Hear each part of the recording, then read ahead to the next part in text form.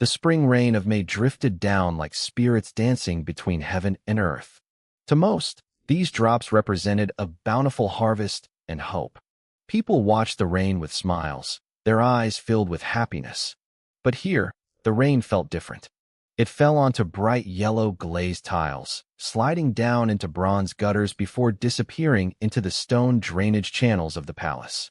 This was the most powerful place in the world, the heart of the great Ming Empire, the Forbidden City in Nanjing. On this gloomy day, there was no joy in this solemn fortress. The southern palace districts were draped in white. To some, white represents purity, but here, it only meant death. In the early hours of the morning, the crown prince of the great Ming, the first heir to the throne, had died of illness. He was the eldest son of Emperor Hongwu and the Empress, the only legitimate successor in an era that obsessed over bloodlines. I sat in a room within the Palace of Eternal Spring, staring at the reflection in the mirror. The face was familiar yet strange, attached to a frail, thin body. I reached out a trembling hand, barely able to believe what I was seeing. My fingers touched the youthful face, then jerked back as if I'd been electrocuted. A strange light flickered in my eyes. The boy in the mirror suddenly grinned. I wasn't dead. I reached out again, greedily touching my new face. My last memory was of a hospital room, the panicked faces of doctors trying to resuscitate me. Somehow, my soul had traveled back hundreds of years into the body of a boy who had fainted from the grief of losing his father. My new name was Zhu Yuntang. Memories flooded my mind, merging my past life with this new reality. I was now the most noble grandson of the great Ming Empire.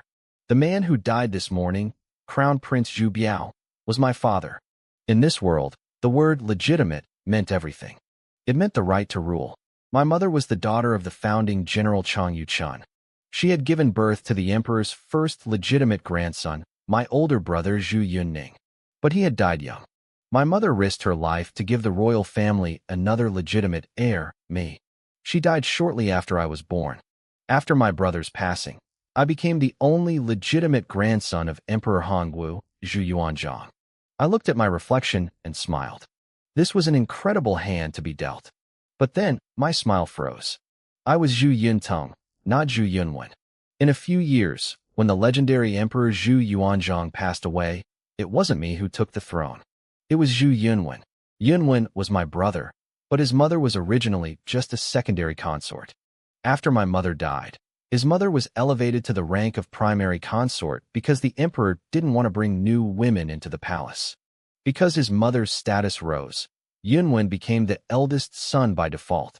He was a year older than me, but in the eyes of the court, he was still just the son of a consort. My blood was the purest. Yet, I knew the history. The man who would sit on the dragon throne was Zhu Yunwen, known to history as the Jiangwen Emperor. In the original timeline, whether it was the Jiangwen Emperor or the Yongle Emperor who followed him, neither of them trusted me. Before he died, Emperor Hongwu gave me the title of Prince of Wu. Wu was the emperor's own title before he took the throne, and the region was the most prosperous in the empire. It showed how much he loved me. But when Yunwen took power, he didn't send me to my fief. He kept me locked in the palace. And when my uncle, Zhu Di, marched south to seize the throne, my life became even colder. I was too noble, too legitimate. I was a threat to whoever wore the crown. I frowned, my head aching as I tried to figure out why. Why did Zhu Yuanzhang choose Yunwen over me? The silent memories of this body gave me the answer. The original Zhu Yuntang was a disaster. Despite his noble blood, he was weak and useless. He lost his mother early and grew up without a backbone. He was timid, indecisive, and could barely speak clearly when he was nervous. In private, he was short-tempered and petty. Zhu Yuanzhang was a hero, a titan, and perhaps the most formidable emperor in Chinese history. He rose from nothing, a beggar who joined a rebel army to survive a chaotic world. He drove out the Mongols and built a 300-year empire. He wasn't a refined noble or a career general. He was a son of the soil. History books might call him a tyrant because he executed corrupt officials and slaughtered the founding generals who threatened his reign. He skinned corrupt men alive to make drums as a warning. But he did it because he saw himself as a protector of the common people. He hated luxury and lived simply, working until his hair turned white. To a man like that, his grandsons needed to be wolves or tigers. They couldn't be like the old Zhu Yunting. But I wasn't that boy anymore. The soul inside this body had changed, and I wasn't about to spend my life locked in a gilded cage. I could have been a general charging across the plains to crush the Mongols. I could have been a brilliant strategist, a gentleman scholar ruling from the high courts. But I was none of those things. I was a stuttering coward. A weakling who couldn't even speak a full sentence without trembling. As these memories flooded my mind, I saw the face of my grandfather, Zhu Yuanzhang. Every time he looked at me, his eyes were filled with a bone-deep disappointment. It was painful to see. There was an old saying, a tiger doesn't father a dog. But in his eyes, I was exactly that, a pathetic stray. I finally understood why he chose Zhu Yunwen to be his heir instead of me. A hero like Zhu Yuanzhang, a man who built an empire from nothing, would never hand his legacy to a flawed, spineless grandson. In the world of emperors, bloodline matters, but the survival of the dynasty matters more. So he gave the throne to Yunwen and gave me the title of Prince of Wu, the wealthiest, most prestigious title, but a gilded cage nonetheless. I looked at my reflection in the bronze mirror and let out a cold laugh. You brought this on yourself, I whispered. If you don't fight for it, why would your grandfather ever give it to you? My smile faded, replaced by a sharp, piercing light in my eyes. I was here now. I was the most noble grandson of the Ming dynasty, and I wasn't going to let the throne slip through my fingers. I wanted that seat. Not for anyone else, but for myself. I knew the history. I knew the tragedy awaiting this body. In the original timeline, Zhu Yunwen would treat me like a threat, and Zhu Di would eventually lock me away to rot in prison. The original Zhu Yunting died at 39, a broken man who died of grief and confinement. His descendants were even wiped from the imperial records. I refused to let that happen.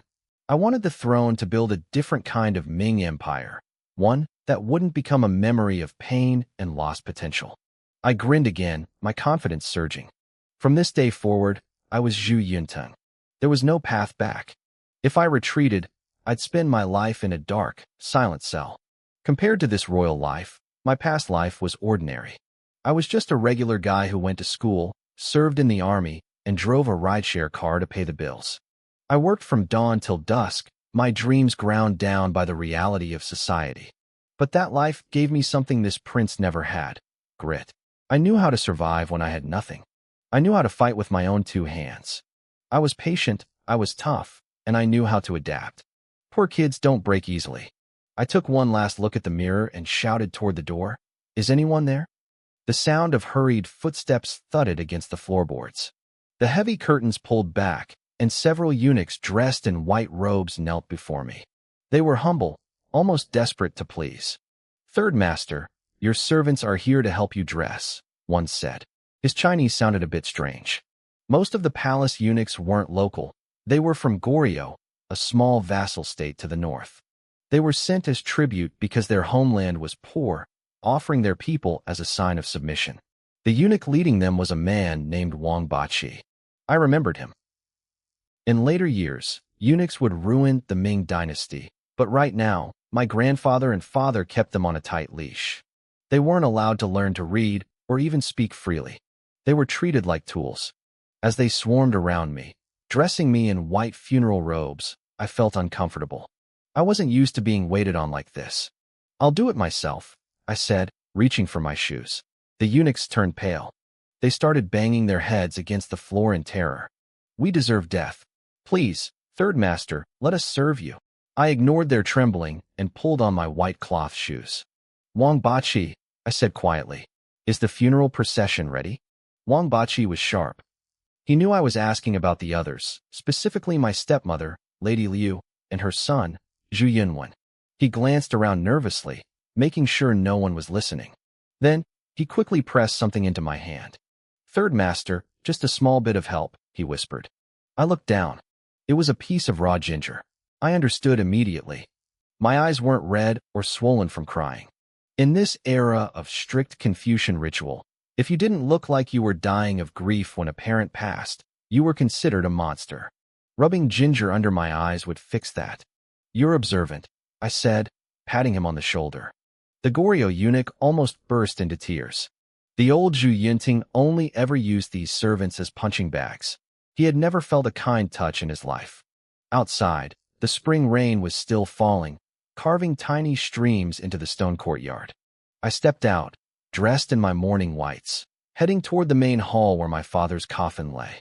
As a legitimate son, I had to offer sacrifices and keep watch. Just as my foot hit the wet ground, a piercing, soul-crushing wail erupted from a nearby room. "Oh, Crown Prince, take me with you. How could you leave me behind?" It was the sound of a woman performing grief, loud enough for the whole palace to hear.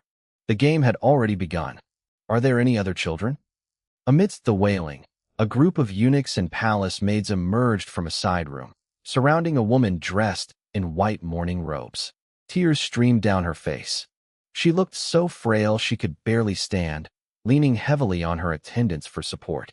This was Lady Liu, my legal stepmother and the Crown Prince's secondary consort.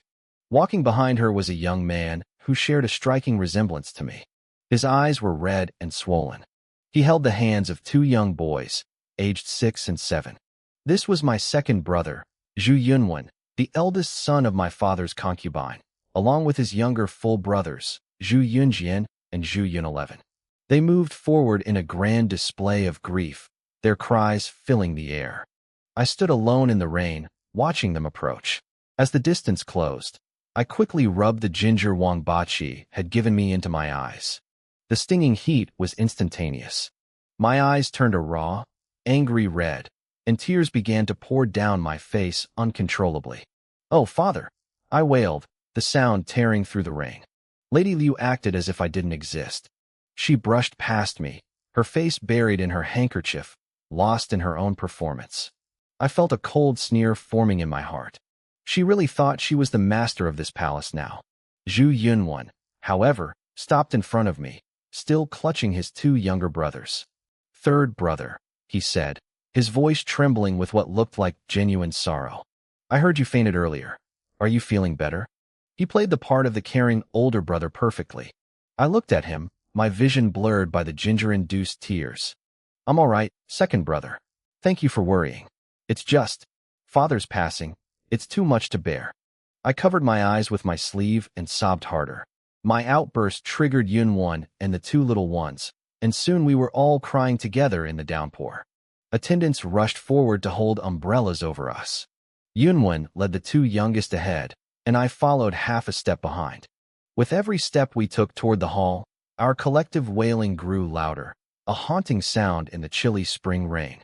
Suddenly, I heard the high-pitched crying of young girls. I turned and saw two little girls, barely 5 and 6 years old, trip and fall into the mud. The elder was Ning'er, and the younger was Xiu'er. They were my half-sisters. Their story was as tragic as mine. They were motherless, and now they were fatherless. Their birth mother had been a maid serving Lady Liu, sent to my father's bed when Lady Liu was pregnant. Shortly after they were born, their mother died suddenly, leaving them without even a name in the official records. I looked at Lady Liu's retreating back and felt a surge of disgust. The palace is the most sinister place on earth. Seeing the girls struggling in the mud, I hurried over, reaching them before the eunuchs could. "Don't cry. Does it hurt?" I asked softly, pulling them up. Their large, round eyes were brimming with tears. They looked at me, their third brother, with a mix of familiarity and fear. They shook their heads, then nodded, finally throwing themselves into my arms. Third brother. The younger one, Xiu'er, buried her face in the crook of my neck. Ning'er whispered in my ear, "Third brother, are we never going to see father again?" My heart ached. The memories of the original owner of this body flooded back. My father had been a good man. Even in his final days, he had insisted on seeing all his children, giving them his last, difficult instructions. I tightened my grip on them, making sure they were secure in my arms. "Don't be afraid. You have me now. Your brother is here." Ning'er's tears soaked into my mourning robes as she leaned against my shoulder. We approached the Feng'an Palace. The wind was picking up now, driving the rain harder against us. The further we went, the more crowded it became. Guards stood like statues against the palace walls, while rows of civil officials knelt on the path, their wailing joining the roar of the storm. A sea of white robes and jade belts stretched as far as the eye could see. When I appeared, carrying my two sisters, the officials' cries intensified. Many looked at me, tears streaming down their faces, and bowed their heads until they hit the stone floor. I noticed Lady Liu and Zhu Yunwen turned back to look at me, their expressions unreadable. They knew the law as well as I did. My grandfather, Emperor Zhu Yuanzhong, had written it himself. The throne passes to the son of the legal wife. Even if a concubine's son is older, he has no claim. To bypass the legitimate heir is to invite chaos. The emperor was old, and his beloved crown prince was gone. While no one knew for sure who would be named the new heir, in the eyes of these officials, I, the only surviving legitimate son of the late crown prince, held far more weight than the concubine-born Zhu Yunwen. I kept my head down, my eyes still red. I didn't speak to the officials, but I acknowledged them with subtle nods, showing the grace expected of a legitimate heir.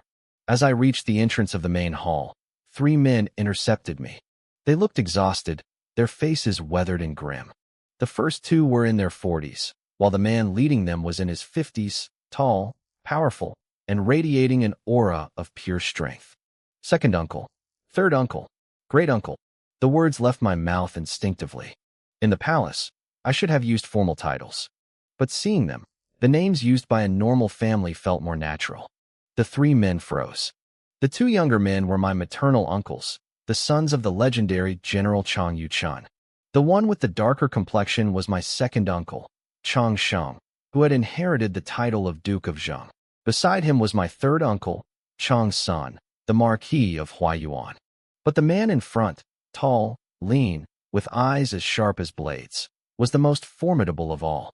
He was General Lan Yu, the hero who had crushed the Mongol forces at Lake Bayer.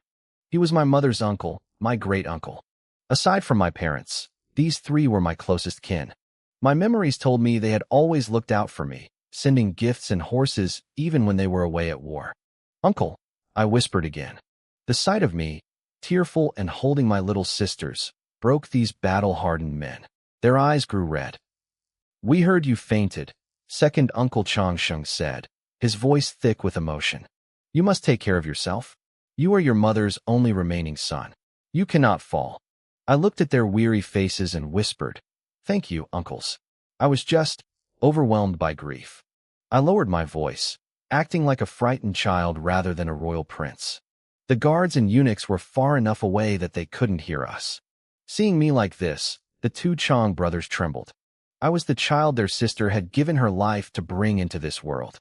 My veins carried the blood of the Chang family. "Third brother," third Uncle Chang's son said, stepping closer. "You must stay strong. We know how hard this is for you."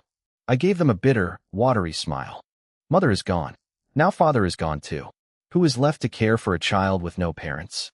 "Don't talk nonsense," Lan Yu growled, his eyes burning with a fierce, protective light. He stepped forward and placed a heavy hand on my shoulder. "Child, your uncles are still here. You don't have parents anymore, but you still have your uncles," Lan Yu said, his voice dropping to a gravelly whisper. "You have me. We will care for you. We will protect you. We will help you." He looked around at the other generals, his eyes flashing with a dangerous light. "If any blind fool dares to give you trouble, just watch how we handle them."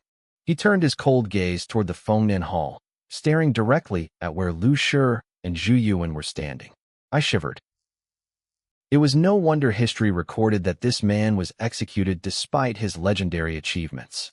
This was the imperial palace, yet he spoke with such reckless defiance. To the emperor, this wasn't just loyalty to me, it was arrogance. It was a total lack of fear. 2 more elderly men approached us. Their hair and beards were white as snow, but their steps were firm and powerful. I recognized them immediately from my memories. They were Feng Sheng, the Duke of Song, and Fu Yud, the Duke of Ying. These were the old lions of the Ming dynasty, men who had survived 1,000 battles. "Third prince, is your body recovered?" Fu Yud asked, his eyes full of warmth. "I am well. Thank you for your concern, elders," I replied, bowing my head slightly. I made sure to let a hint of gratitude show in my eyes. These men had watched my father, Zhu Biao, grow up. In their hearts, my father was their own kin. They had carried him on their horses while building this empire. Under their watchful eyes, he had grown into an unshakable crown prince. That love had now shifted to me.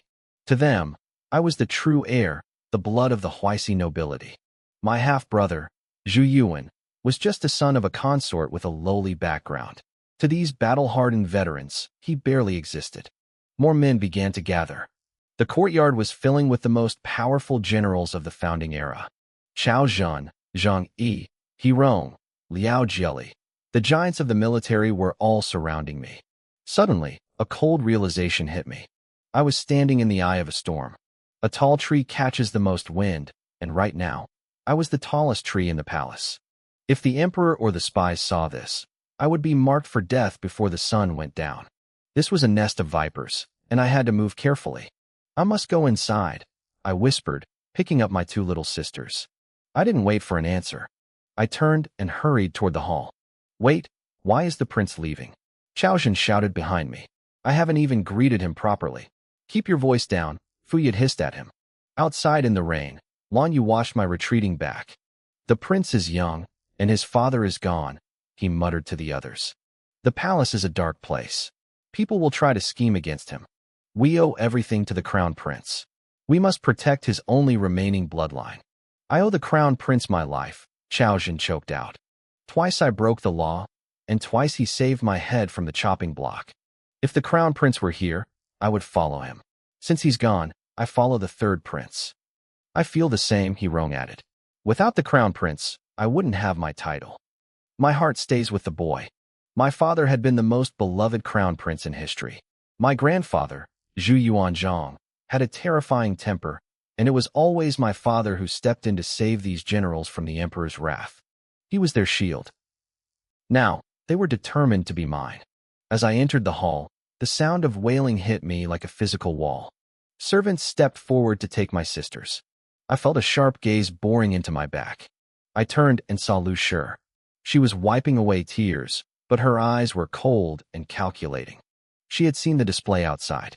She saw how the military elite flocked to me while ignoring her and her son. I looked out at the rain one last time.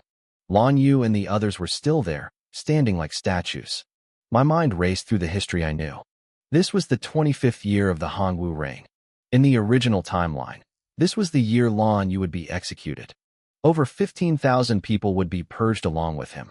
My uncles, these generals, all of them were destined for the executioner's block. Zhu Yuanzhang would kill them all to clear a path for his grandson, Zhu Yuan. He knew these men would never submit to a weak, scholarly boy. But he didn't realize that by killing them, he was leaving the empire defenseless. Years later, when Zhu Di rebelled, Zhu Yuan would have no real generals left. He would be forced to use a coward like Li Jinglong, who would eventually open the city gates and surrender. I looked at Lan Yu, the man who had crushed the Mongol armies at Lake Bayer. He was a legend, a pillar of the state. And I realized that if I wanted to survive, I couldn't let these pillars fall. Lan Yu and his men had achieved glory that rivaled the greatest legends of history.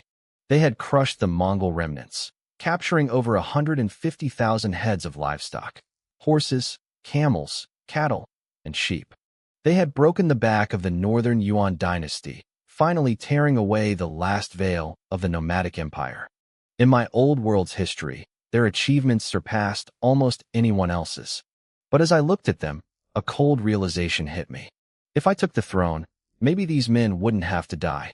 They wouldn't be slaughtered by their own side in a bitter internal power struggle. It was a tragedy. They didn't fall to the enemy's curved blades on the battlefield. They were destined to die in the dark corners of the court. A piercing wail from inside the Fengmen Hall shattered my thoughts. I looked toward the center of the room. A massive coffin sat there, cold and imposing. Inside lay the man who was my father in this life. Suddenly, a wave of genuine, crushing grief hit me. It wasn't for the man in the coffin. I didn't know him. It was the realization of my own loss. I was an only child in my past life. My parents had worked themselves to the bone to raise me, waiting for the day I'd start a family of my own. Then, a single car accident destroyed everything. Were they crying for me right now? Were my friends and comrades mourning a ghost? I pictured my father's graying hair and my mother's aging face. I hadn't spent enough time with them. I was always too busy, always too tired, ignoring the people who cared for me most. They didn't want my money. They just wanted me to be happy and healthy. Dad, Mom, I choked out. The tears weren't an act anymore. They were a flood. I knelt on the cold floor, my forehead hitting the ground again and again. I wasn't kowtowing to the crown prince of the Ming dynasty. I was bowing to the parents I had left behind, alone and unsupported in another world. I'll live well here. I promised them in my heart. I'll be healthy and happy. Please, just bless me. If there's a next life, I'll be your son again. My sleeves were soaked. My vision was blurred. Then, a sharp cry cut through the morning. The emperor has arrived. The hall went silent. An old man appeared at the entrance. He wore simple, coarse clothes, his hair tied back with a plain wooden pin. He was tall, with a large frame and long limbs. He looked thin, but not weak. His square face was framed by a black and white beard, and his eyes were as bright as lanterns, capable of piercing through a man's soul. Right now, those eyes were filled with a stubborn, suppressed sorrow. He refused to let the tears fall. He walked forward, one step at a time. His back was perfectly straight, his chest broad. He moved like a tiger king patrolling his territory. This was the legendary Hongwu Emperor. This was Zhu Yuanzhang. Long live the Emperor. Long live, long live. The cries of mourning turned into humble greetings as everyone hit the floor. Zhu Yuanzhang's mouth twitched. His bloodshot eyes stared at the coffin. He let out a cold, bitter laugh. My son is gone, he rasped. And you still wish me long life? Long live. Long live what? The hall became deathly quiet. He kept walking, though every step looked like it cost him a lifetime of effort. His icy gaze swept over the room. No one dared to look him in the eye. He saw only bowing backs and submissive bodies. They were all crying, but he knew how few of them meant it. Then his eyes stopped on me. In his mind, I was the weak, clumsy, and somewhat bratty grandson. But there I was, kneeling on the floor, my white robes drenched in tears. I was biting my lips so hard that blood was trickling down my chin, trying to stifle my sobs. He must have thought I was grieving for my father. He gave a small, almost imperceptible nod. Stupid or not, he probably thought, he's a good kid. At least his grief is real, I looked up and met his eyes. I let out a single, shaky word. Grandpa. It wasn't a formal greeting. It was a plea. It was filled with all the vulnerability and longing of a child who had lost everything. Zhu Yuanzhang's heart seemed to break right then. The iron facade of the emperor cracked. He hurried to my side, his rough, calloused hand reaching out to pat my head before resting heavily on my shoulder. Child, he whispered, his voice thick with emotion. Grandpa is here. I'm here. Grandpa, I sobbed, the image of my own elders flashing in my mind. I know, he said, squeezing my shoulder. I understand. He turned toward the coffin. As he looked at the face of the son who looked so much like him, the aura of the Tiger King vanished. He was just a grieving old man. Biao, he whispered. He reached out to touch his son's face, but his hand, a hand that had killed thousands, was shaking uncontrollably. Zhu Biao was his pride. He was the son of his beloved Empress Ma. He had been groomed for the throne since he was a child. Zhu Yuanzhang had spent his life wading through blood so that his son wouldn't have to. He had given him the best teachers and the most power. And Biao hadn't disappointed him. He was kind, humble, and respected by everyone. He was the future of the Ming dynasty. And now he was gone. Like a lamp blown out by the wind, Zhu Yuanzhang felt a surge of pressure in his chest. He wanted to scream, to howl at the heavens. But he was the emperor. He had to swallow the pain. Suddenly, his body swayed. His hand gripped the edge of the coffin as he stumbled. Your Majesty, Grandpa. The room erupted in panic. But he didn't fall. Before he could hit the ground, a pair of thin arms wrapped tightly around his waist, holding him upright. Zhu Yuanzhang took a deep breath, steadying his crashing emotions. He looked down. It was me. The weak and clumsy grandson was the only one who had moved to catch him. Grandpa, I'm here. Yunting is here. I choked out, my voice thick with emotion. I looked up at him, my eyes swimming with tears. A few days ago, before Father passed, he held my hand. He told me you were getting older. He said your body was covered in scars from decades of war. He told me I had to take care of you. My tears soaked into Zhu Yuanzhang's black robes. I didn't stop. I couldn't stop. Grandpa, you have to stay strong. You are my heaven. I lost my father. I have no one else now. I only have you. Just you. The great emperor, the man who had built an empire on a mountain of skulls, finally broke. The tears carved deep tracks through the wrinkles on his face. People called him the son of heaven. They wished him 10,000 years of life. But in this moment, he wasn't a god.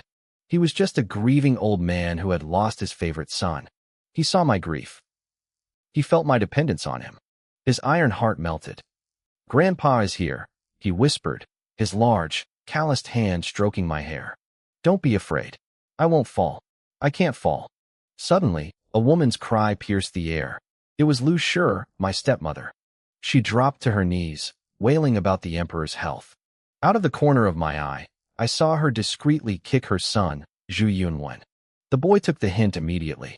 He crawled forward on his knees, grabbing the edge of the emperor's robe. Grandfather, please take care of yourself. If you hurt your body, it would be our greatest failure as grandsons. Zhu Yuanzhang looked at both of us. His eyes were full of grandfatherly love. Good children. You are both good children.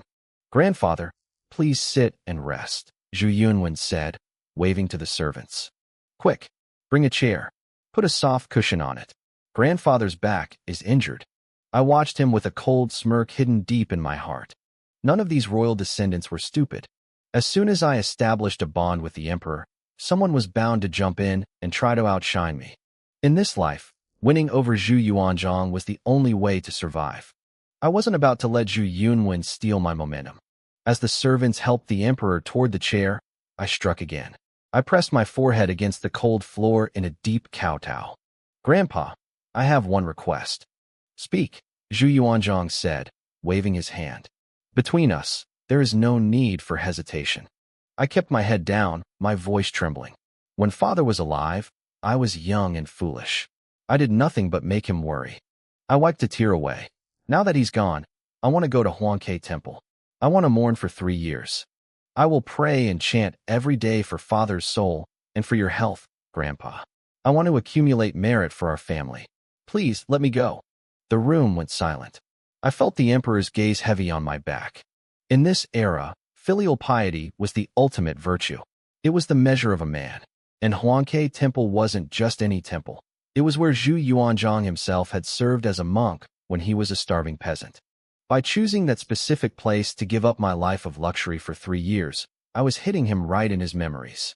Zhu Yuanzhang was moved beyond words. He looked at my face, which resembled my father's so much, and felt a surge of pride. He forgot about my past reputation as a naughty or clumsy child. He probably thought the rumors were lies spread by jealous people. How could such a filial boy be anything but brilliant? Silly child, he said softly, his voice trembling. I know you are devoted. But your father just left us. You need to take care of your own body. That is true filial piety. If not for yourself, then do it for this old man. I didn't look up. I moved closer and rested my head against his knee, like a child seeking protection. Grandpa. He sighed, his hand gently patting my head. My dear boy. The ministers and servants watched in shock. In this rigid, feudal world, an emperor was a ruler first and a grandfather second. But right now, he was just a man comforting his grandson. Lu Shi looked at me with pure disbelief. She had planned to have Zhu Yunwen suggest the mourning period later, but I had beaten her to it. She panicked and nudged her son again. Zhu Yunwen scrambled forward. I also want to mourn for father. I will go too. I laughed inwardly. Too late, brother. I had taken the initiative. My devotion felt real because I was the first to offer it. His just looked like an imitation. In the battle for the throne, I had just won the first round. The night grew deeper. A cold wind whistled through the morning hall, making the candles flicker. My legs were numb from kneeling so long. But I didn't move. I had spent my previous life grinding for money just to survive. This was nothing compared to that. This was for my life. Most of the younger siblings had already fallen asleep in the arms of their nannies. Only Lu Shi, Zhu Yunwen, and I remained awake by the coffin. I looked at Zhu Yunwen, who looked pale and exhausted. Second brother, I said softly, my voice full of feigned concern. If you're tired, go rest. I'll keep watch here. I turned to Lu Shi. Mother, you should rest too. You need your strength to manage the funeral. I'll stay with father. They both stared at me like I was a ghost. I wasn't the boy they knew. The old Zhu Yunting never cared about anyone else. He never spoke with such grace. I didn't care what they thought. The game had changed, and I was playing to win. How could an older brother rest while his younger brother keeps watch? Zhu Yunwen gave me a thin, patronizing smile. Third brother, you should go take a break. I spent the entire month before father passed serving at his bedside. I'm used to it. I felt a cold chill. In the imperial family, there is no such thing as brotherly love. His words were a warning, a public declaration of his status. He was telling everyone that he was the dutiful son, and I was the outsider. The memories of this body flooded back. It was true. In the month leading up to Zhu Biao's death, Zhu Yunwen had used his status as the eldest living son to stay by his side. But I knew the truth. It wasn't that the original Zhu Yunting didn't want to serve. He was simply blocked. When the head of the house is dying, the stepmother naturally brings her own son forward to perform for the world. As for the son of the first wife, she couldn't wait to hide him away so he wouldn't outshine her own child. The Fengwen Hall was silent, but I knew dozens of eyes and ears were watching us. Every word we spoke would reach the emperor's ears by dawn. You've worked hard, second brother, I said, my voice calm and soft. Ever since father fell ill, I lost count of how many times I wanted to serve at his bedside. But every time I tried, mother sent me away. She told me you were there and that I shouldn't worry. She said having one more person would just be a distraction. I lowered my head and rubbed my eyes, sounding heartbroken. I know mother meant well, but I am also my father's son. Not being able to help with his medicine or serve him in his final days. It is my greatest regret. Lu Shi's eyes turned sharp and piercing. She was originally a secondary consort, but after the first crown princess passed away, she took control of the East Palace. She had always been deeply wary of me, the legitimate son of the first wife. Luckily for her, the old Zhu Yunting wasn't very bright, and she had kept him under her thumb. But today, everything had changed. I wasn't the submissive boy she knew. I had won the emperor's favor, and I was no longer speaking like a coward. Lu Shi was no ordinary woman. She had climbed from a lowly position to become the successor consort. She knew the emperor's temperament better than anyone. Zhu Yuanzhang was not a man who showed emotion easily. The last time he had been this devastated was at the funeral of Empress Ma. She had spent years planning for her son to inherit the throne, but his status as a son of a consort was a thorn in her side. Now, seeing the useless, legitimate son suddenly gaining the emperor's affection, her heart burned with a hidden hatred. Suddenly, a palace servant hurried over and whispered in Lu Shi's ear. She wiped away a stray tear and turned to me. Old third, she said. You've been crying and kneeling all day. You must be hungry. Go to the back hall and have something to eat. This was the first time she had spoken directly to me all day. I hesitated, my mind racing. Mother, I'm not tired. I'm not hungry. Go, she said, her voice softening but her eyes remaining cold. It's good to be filial, but you shouldn't ruin your health. You go first. When you return, I'll let your second brother take his turn. Her tone suddenly sharpened. Go. Obey me. I knew something was wrong. Her sudden insistence felt like a trap. But with so many people watching, I couldn't refuse. I bowed my head, pushed myself up on my numb knees, and walked toward the back hall. Behind me, Lu Shi watched my back like a hawk. She leaned toward Zhu Yunwen and whispered, Son, look at that. You can know a man's face, but never his heart. Your third brother acted so well while your father was alive, but the moment he's gone, he jumps out to compete. Zhu Yunwen remained silent, looking thoughtful. Before your father died, Lu Shi continued, her voice barely audible.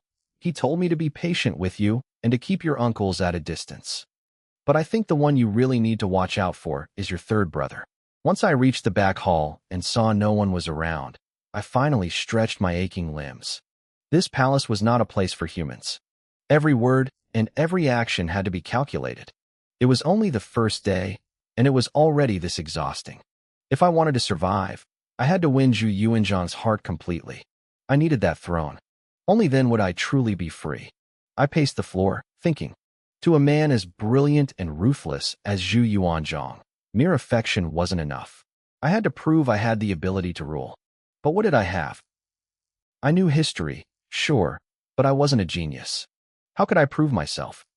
I stopped walking. A smile spread across my face. My greatest advantage was the same as Zhu Yuanzhang's. We were both children of the common people. I knew how hard life was for the poor. I knew the value of a single grain of rice. My personal eunuch, Wang Bashi, emerged from the shadows. Third Master, what are you looking for? I will prepare it for you. I rubbed my stomach. Just get things ready. He bowed and vanished back into the darkness. I looked out at the Ming Palace.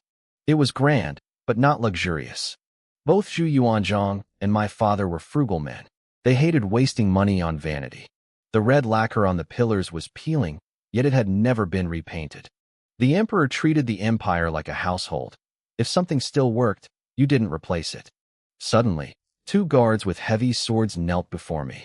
They were brothers, muscular and imposing.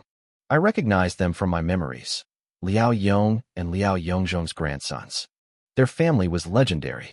Their grandfather had personally cleared the path for Zhu Yuanzhang to become emperor by removing his rivals. They were loyal to a fault. What are you two doing here? I asked, helping them up. It's late. You should find a place to rest. The brothers exchanged a look. One of them leaned in and whispered, Third Master, the emperor is coming. I spun around, looking back toward the main hall where Lu Shi was. My blood turned to ice. Now I understood why she was so desperate to send me away to eat. She knew the emperor was coming. She wanted me out of the way so I wouldn't be seen by his side, or perhaps she wanted to whisper poison about me while I was gone. Her smiles were all fake. The moment the emperor turned his back, she wouldn't hesitate to destroy me. It was a silent, bloodless execution. I looked at the Liao brothers and gave them a sharp nod. You've done well to tell me. I kept their loyalty close to my heart. Liao Yong and Liao Yongzhong's family had been deeply indebted to my father, the crown prince. Their grandfather hadn't just done the dirty work. He had cleared the path for the empire, only to be executed later by the emperor's command. The Liao family had fallen into ruin until my father, Zhu Biao, remembered them.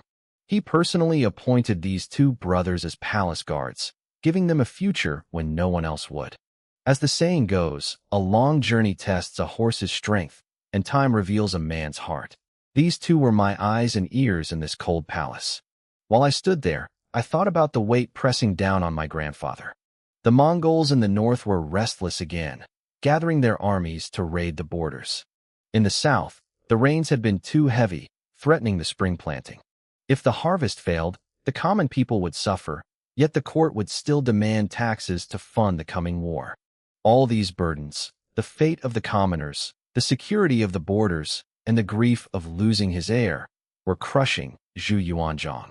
Late into the night, after finishing his official business, the emperor returned to the morning hall. He wanted one last look at his son. Your Majesty, grandfather, Lu Shi and my brother, Zhu Yunwan, knelt stiffly as Zhu Yuanzhang approached the coffin. He looked around, his eyes narrowing. Where is the third boy? Lu Shi put on a look of fake concern. Reporting to your Majesty, he was tired. He said he was going down to rest for a bit. It was a masterclass in manipulation. She didn't say anything directly insulting, but the implication was clear. I was disrespectful and lacked the stamina to mourn properly. She waited for a reaction, but the emperor didn't even look at her. He just nodded vaguely. You all leave too, he said coldly. I want to stay here a while longer. Lu Shi hesitated, looking at her son. Zhu Yunwen stepped forward cautiously. Grandfather, let me stay and accompany you. I said everyone out, Zhu Yuanzhang snapped. You've been here long enough. Go rest. It was a royal decree. No matter how much Lu Shi hated it, she had to bow and retreat with her son. The hall fell silent, leaving only the old emperor and his son's coffin. The night wind chilled the air, tugging at his white beard. Only now, in the solitude, did he let the mask of the iron-fisted ruler slip. He looked like any other grieving old man. He reached out a trembling hand to touch my father's cold face. Tears fell silently. My son, you bastard. You really just left like that? You didn't leave your old man a single thing to hold on to. He pulled his hand back, his voice cracking. Why did you go? We had 40 years together. I spent 40 years raising you, grooming you, and you just leave? Your mother left me first, and now you've left your father all alone in this world." His voice grew louder, filled with a pain that shook his entire frame. "You unfilial son. Get up. Look at me. Look at my white hair. How can you make me be the one to bury you? How am I supposed to live?" Suddenly, he froze. He heard footsteps behind him. "I told you all to get out," he roared, spinning around. He stopped mid-sentence. I was standing there in the candlelight, holding a steaming bowl of hot noodle soup. Tears were streaming down my face, dripping right into the broth. "Grandfather," I whispered, "I figured you hadn't eaten all day. I had them make a bowl of noodles for you." Zhu Yuanzhang stared at the bowl, his expression unreadable. He used a rough, calloused hand to wipe his eyes. "How did you know I hadn't eaten?" "I just thought. Today, you wouldn't have the heart to swallow anything," I said, stirring the noodles with the chopsticks. The steam and the scent of garlic rose up between us. "You've been running back and forth between the hall and your duties. The weight of the world is on your shoulders." I stepped closer. "When my father was alive, he used to sigh every night, saying how hard you worked." The emperor's eyes welled up again. He looked at me as if seeing me for the first time. Among all his grandsons, none had ever been this perceptive, this attuned to his soul. On a day like today, who could eat? The empire was in shambles, and he couldn't afford a moment of weakness. He tried to force a smile. "Take it away. I'm not hungry." "You told me that taking care of myself and staying alive is the greatest form of filial piety," I said firmly, holding his gaze. "If you cherish your body and stay healthy, that is the greatest love you can give to your children and grandchildren." I handed him a pair of chopsticks, my voice trembling. "Father is right here. If he sees us eating and drinking, if he sees we are strong, he'll be at peace." Zhu Yuanzhang was visibly moved. "Grandson, you've really grown up." He rolled up his sleeves and sat down on the floor. "Fine. We'll eat together. We'll take care of ourselves and stay alive." I had specifically asked for these noodles to be made with plenty of garlic. My grandfather came from a poor background. He loved strong flavors that reminded him of the earth. We sat there, 2 generations, faces obscured by the steam. We ate in silence, occasionally wiping our eyes. The dead were gone, but the living had to keep going. Grief shouldn't be a chain that holds the soul back. When I finished, I picked up the bowl and gulped down every drop of the broth, even picking out the bits of garlic at the bottom with my chopsticks. Zhu Yuanzhang wiped his mouth with his sleeve. "Why are you eating the scraps? Are you still hungry? If you are, go get more." I put the bowl down and imitated him, wiping my mouth with my own sleeve. Every grain of rice comes from hard work. I shouldn't waste a single bit. I started cleaning up the dishes. My father always taught me that the people of this world provide for us, and we must treat their labor with respect. Honestly, grandfather, I feel guilty. Even this simple meal feels like a waste when I think of how hard they work. I turned to leave, but Zhu Yuanzhang called out, his voice sharp and thoughtful. "Wait. Every grain of rice comes from hard work." He repeated my words, looking up at me. "Where did you learn that?" There was no book of family instructions yet in this era. My words hit him right in the heart. He was born a peasant. His ancestors were farmers who worked the land for generations and still went hungry. He had never forgotten the struggle of the common man, even as an emperor surrounded by luxury. I felt his gaze burning into me. It just came to me, grandfather. "You," he said, pointing to the spot in front of him. "Come here. Stand right in front of me." I crouched at Zhu Yuanzhang's feet and looked up at him. The dim candlelight flickered, but the emperor's eyes were terrifyingly bright. It felt like he was staring straight into my soul. "Yin Tang," he muttered, his voice low. "Tell me, that stupid, clumsy act you put on all those years, was it hard?" I lowered my head. "Yes," I whispered. "Why?" he barked, his voice suddenly booming through the hall. I looked up again, my eyes brimming with tears once more. "Grandfather, What were you afraid of?" he demanded. He didn't wait for my answer. He looked at me, and I could see the realization dawning on his face. He understood. What else could a motherless boy do in the deep palace? I had no full brothers to lean on and no mother to protect me. My very identity as the legitimate son of the crown prince was a curse. In this palace, countless eyes were always watching, waiting for a slip-up, waiting to scheme. If a boy like me didn't hide his sharp edges, I would have become a thorn in everyone's side. I would have been destroyed before I could grow. Zhu Yuanzhang's hand flew up as if to strike me. You brat. You deserve a beating. He hesitated, his hand trembling in the air. He pointed a finger at me, his voice thick with emotion. Your father was the crown prince. Your grandfather is the emperor. Who were you afraid of? If you were wronged, why didn't you come to me? Are you still afraid now? I didn't answer with words. Instead, I raised my hand and slapped myself. The sound was sharp and loud, echoing through the silent hall. I have failed my father, I said, my voice steady despite the sting on my cheek. And I have failed you, grandfather. As a son, I wasn't sincere. As a grandson and a subject, I couldn't share your burdens. I let my own petty fears turn me into a man without loyalty or filial piety. Zhu Yuanzhang looked at me, his anger melting into pity. He saw a 14-year-old boy who had endured years of isolation with such calculated patience. He saw a scholar who spoke with clarity and depth.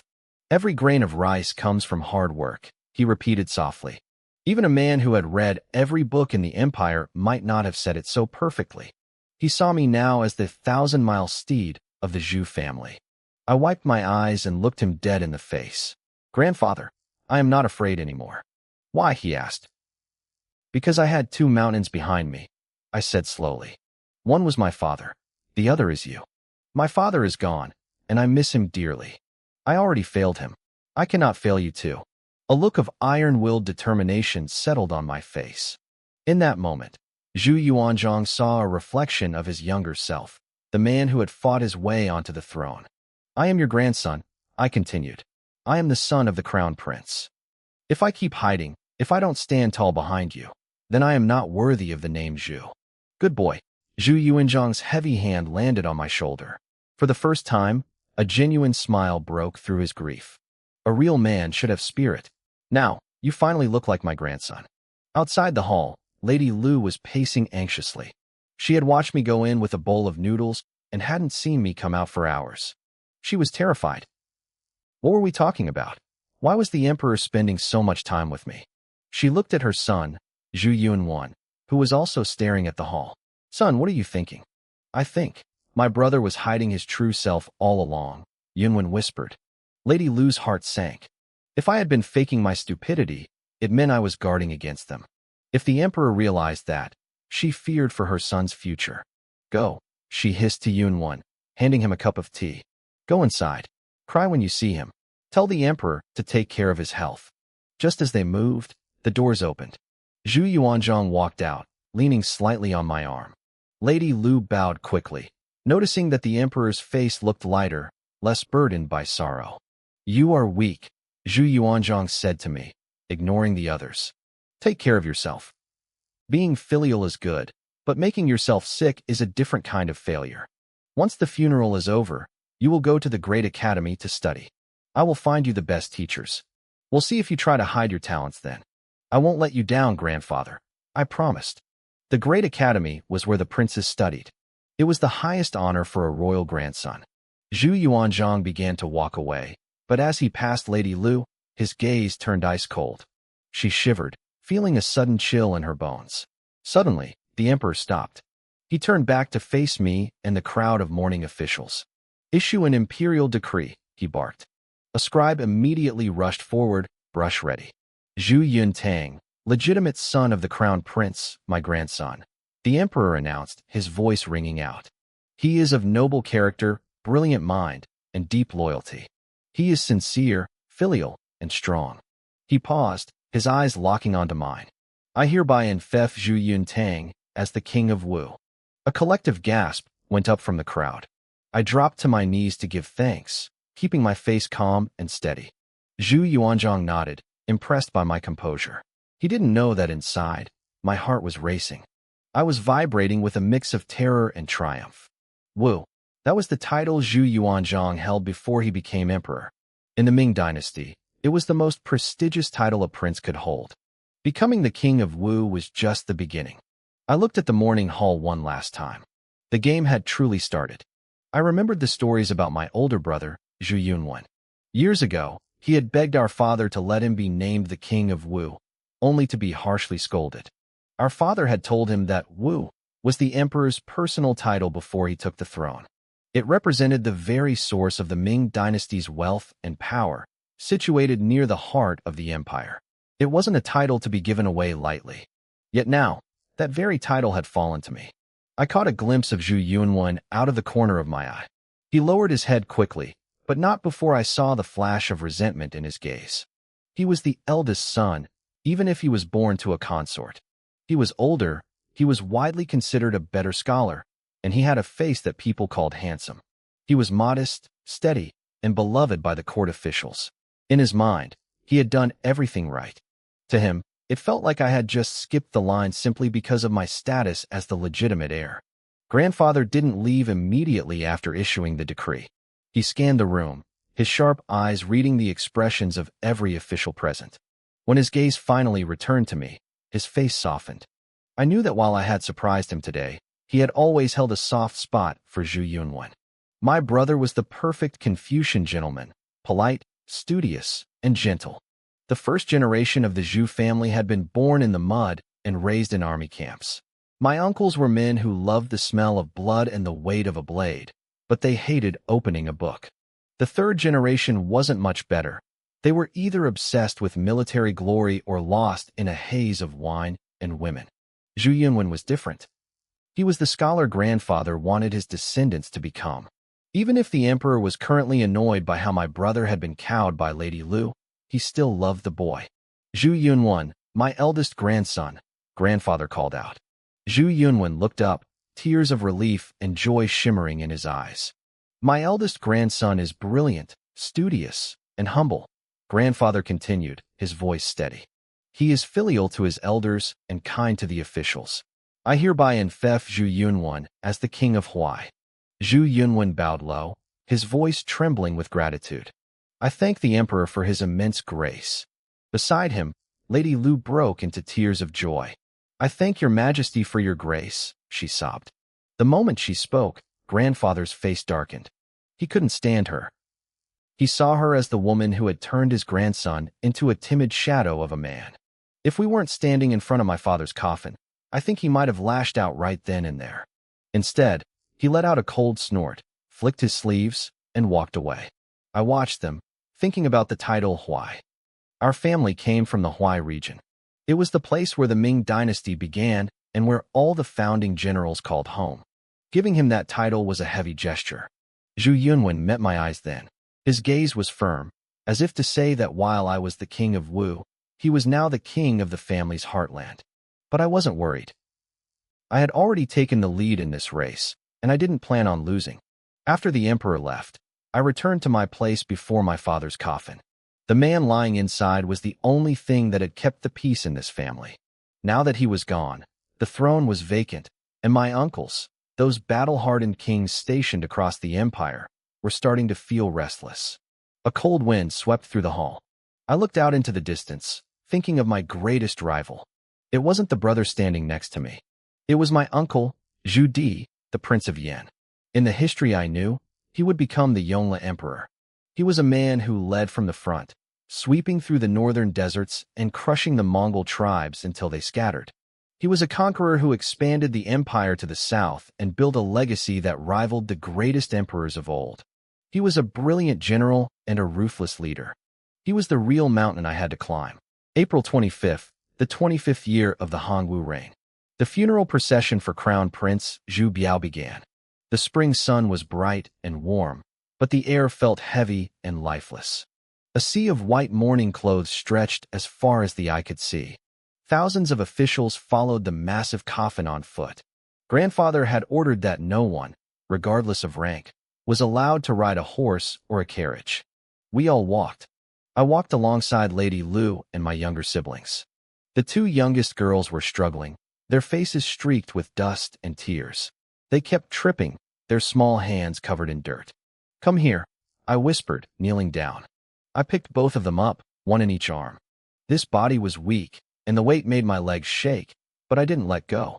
I took one slow, steady step after another. The officials watching us began to whisper. "The eldest brother is like a father," one muttered. "The king of Wu truly loves his sisters." What a noble heart. I heard the old ministers who had served my father start to sob again. Even the tough generals like Lan Yu and the Chang brothers looked on with reddened eyes. Lan Yu leaned toward the other Hui generals. Hey, have any of you figured out what the old man meant by giving the kid the title of Wu? One of the generals shrugged. We're just soldiers, how should we know? It's a title, isn't it? The best one there is. You idiot, Lan Yu hissed, shaking his head. He looked around and spotted a man further back. Go, get Minister Zhang Hui. I need to ask him something. Zhang Hui was the Minister of Personnel. In a court where the emperor had abolished the position of prime minister to take total control, Zhang Hui was one of the most powerful civilians left. When the message reached him, he didn't hesitate. He stepped out of the line of civil officials and joined the generals. Old Zhang, Lan Yu whispered as the minister approached. You're the one with the books and the brains. Tell me, what is the emperor really planning? Take a look for us, old Zhang, Lan Yu whispered, his eyes darting around. The emperor gave the third prince the title King of Wu. What does it really mean? Zhang Hui looked left and right, checking for eavesdroppers. Wu was the title the emperor held before he ascended the throne. It represents. Give me the real details, Lan Yu snapped, his eyes narrowing. You scholars talk too much in circles. Zhang Hui wasn't offended. He leaned in closer. In my humble opinion, I'm afraid the position of crown prince is going to fall onto the grandson's head. Isn't that how it should be? Chao Zhen, the Marquis of Jinchuan, chimed in. The King of Wu is the crown prince's direct heir. It's only natural. Zhang Hui shook his head slowly. The grandson isn't the only option. Don't you all know? The emperor also gave the second prince the title King of Hui. The generals froze. Hui was their home. They were all men of Hui. One title represented the emperor's rise to power. The other represented the roots of the imperial family. It was a terrifyingly balanced choice. I don't care about all that. One of the rougher soldiers growled, his face set in a stubborn grimace. I only recognize the King of Wu. The third prince is the crown prince's legitimate son. His mother was General Chang's daughter. I'm standing by him. The others nodded in agreement, but Lan Yu remained silent, lost in thought. Are you so sure the seat will go to the grandson? Lan Yu whispered into Zhang Hui's ear. The crown prince is gone, but the other princes are in their prime. As he spoke, a formidable image flashed through Lan Yu's mind. The king of Yin, Zhu Di. Zhu Di was stationed in Beiping, guarding the northern gates of the empire. From a military perspective, Lan Yu admired him. Zhu Di had led armies deep into the desert, pushing the Mongols back time and again. His soldiers were fierce, loyal, and dangerous. But personally, Lan Yu feared him. 2 years ago, when Lan Yu was appointed great general to campaign in the north, he realized something chilling. The elite troops under Zhu Di only recognized their prince. They didn't care about the great general, and they barely cared about the imperial court. Back then, my father, the crown prince, was still alive. Lan Yu had written to him many times, warning that Zhu Di had intentions. But my father was too kind, too protective of his brothers to listen. Or perhaps he knew, but felt his own position was unshakable. Now my father was gone. If the throne went to a young grandson like me, what would happen when the old emperor eventually passed away? It would be a bloodbath. Lan Yu let out a cold, sharp laugh. I'm not afraid of you having a rebellious heart, he thought. I'm only afraid you won't show it. If that seat belongs to the third prince and you dare to move, I'll settle the score with you and your father-in-law together. But then, doubt crept back in. What if the emperor didn't choose me? I was young. I hadn't shown any signs of being a great ruler yet. Lan Yu felt a sudden wave of loneliness. He owed his entire career to 2 people. First, his brother-in-law, Chang Yuchen, who had recommended him when he was just a common soldier. Second, my father, the crown prince. My father had protected Lan Yu despite his arrogant temper and had constantly promoted him against the wishes of others. I'm a rough man, Lan Yu muttered to himself, but I know what loyalty is. The heir must be the third prince. If it isn't, I'll put my life on the line to force him onto that throne. It's the only way I can face my brother-in-law and the crown prince in the afterlife. Zhu Yuanzhang sat alone in a garden pavilion. His face was as still as deep water. His guards and servants stood far back, not daring to breathe loudly. On the stone table sat a simple porcelain bowl of yellow millet porridge with a single peeled egg, 2 small side dishes, and a piece of flatbread. It was a meal fit for a peasant, not the ruler of the world. But the emperor never forgot he was once a starving farm boy. Even now, he wore plain cloth robes. He knew how hard it was to earn a single bowl of rice. The porridge grew cold. The aroma faded. Wang Goer, an old eunuch who had served for decades, finally gathered his courage and stepped forward. "Your Majesty, please, you must eat." Zhu Yuanzhang didn't look up. He hated eunuchs who meddled, but he had grown used to Wang Goer's presence over the years. "I have no appetite," the emperor said, his voice heavy with grief. "Take it away. Save it for tonight." "Your Majesty." Wang Goer knelt, his head hitting the ground. "I beg you to eat something. You haven't had a proper meal in days." I am a useless servant, but it breaks my heart to see you like this." The emperor's anger flared for a second, then died down. The phrase "breaks my heart" touched a nerve in his lonely soul. He stood up and began to pace the garden. He looked at the beautiful flowers and felt a pang of bitterness. When the empress was alive, she loved these. I used to joke with her. I told her we should pull them all up and plant vegetables instead. Why grow flowers when you can raise chickens and ducks? His eyes grew misty. He remembered the early days, back at the old mansion. He would be away at war, and his wife would be in the fields with their sons. "The eldest was always so obedient," he whispered. He did whatever he was told. The fourth one, though, he was always restless. He'd rather practice with a sword than harvest grain. I remember coming home once and seeing them all out there, working the soil together. The memory of happiness turned into a sudden, violent rage. Zhu Yuanzhang suddenly stomped his foot down, crushing the beautiful spring flowers into the dirt. He kicked and trampled the blossoms until they were nothing but shredded petals and mud. "What's the point of looking so good?" he roared, his voice cracking. "Can you eat beauty? Can you drink it? Who am I supposed to show this to? My wife is gone. My son is gone. How dare you bloom so brightly when they are dead?" He was an old man, but his strength was still terrifying. The garden was a ruin within minutes. "Your Majesty," a voice called out from the entrance. "Speak," the emperor barked, trying to steady his breathing. "Lu Sanwu is here to report for his shift." The emperor smoothed his robes and wiped the sweat from his brow. "Let him in." A refined, elderly scholar was led into the garden.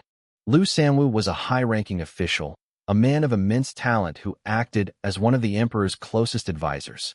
History books often claimed Zhu Yuanzhang hated scholars, but the truth was far more complicated. People often whispered that I, as the emperor, hated scholars. They were wrong. I only hated the ones who were all talk and no action. I valued men with real knowledge, integrity, and a heart for the people. I was more than willing to listen to them if they had something useful to say. "Your Majesty, Lu Sanwu greets you." A voice broke my thoughts. Lu Sanwu was in his 50s, his face calm and composed. I waved my hand dismissively. "Get up. Someone, bring a stool for Minister Lu." My head eunuch, Wang Goer, personally carried a stool over. Lu Sanwu didn't even offer a polite refusal. He just sat right down. Wang Goer didn't dare complain and simply retreated to the side, standing with his hands tucked in his sleeves. I pulled up a stool of my own and sat directly across from him. "I called you here for a reason. What is on your mind, Majesty?" Lu Sanwu asked. I waved my hand again. Every servant in the garden immediately retreated. The guards moved back 25 paces, their hands resting on their sword hilts, eyes scanning the perimeter. Once we were alone, I looked Lu Sanwu in the eye. "The matter of the succession," I said, my voice heavy. Lu Sanwu's heart skipped a beat. Ever since I had abolished the position of Prime Minister, he, as the Chief Secretary, was effectively the head of the civil officials.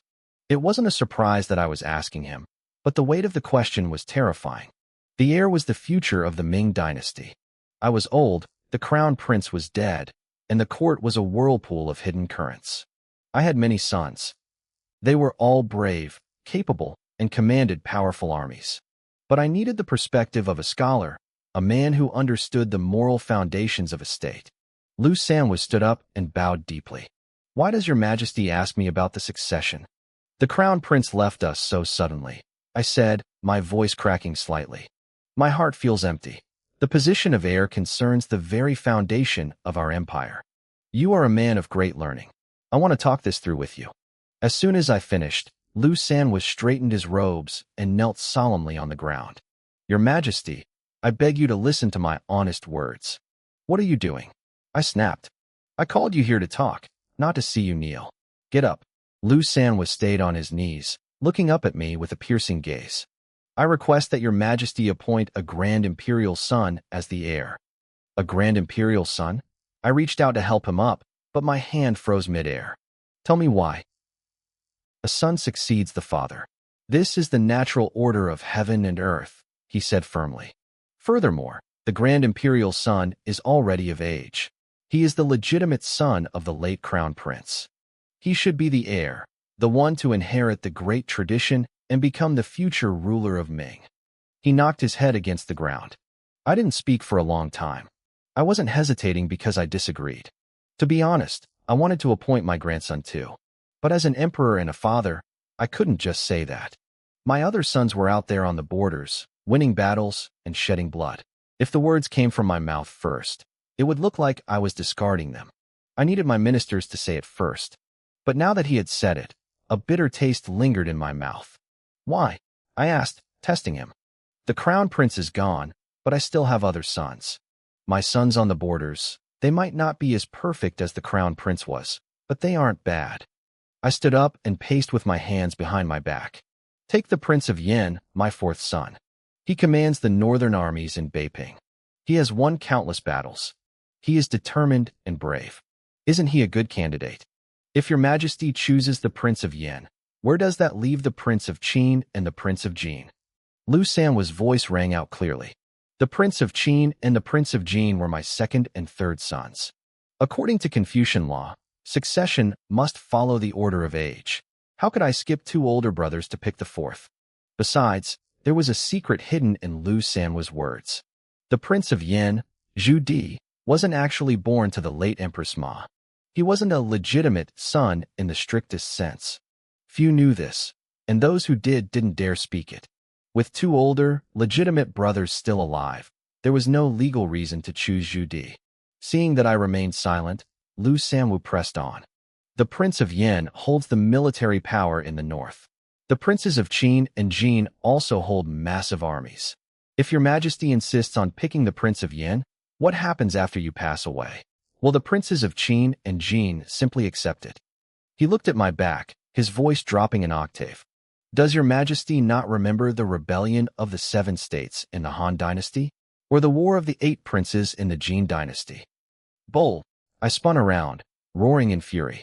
Are you saying that after I die, my own sons, the children of the Zhu family, will turn their blades on each other? Lu Sanwa didn't flinch. He bowed again.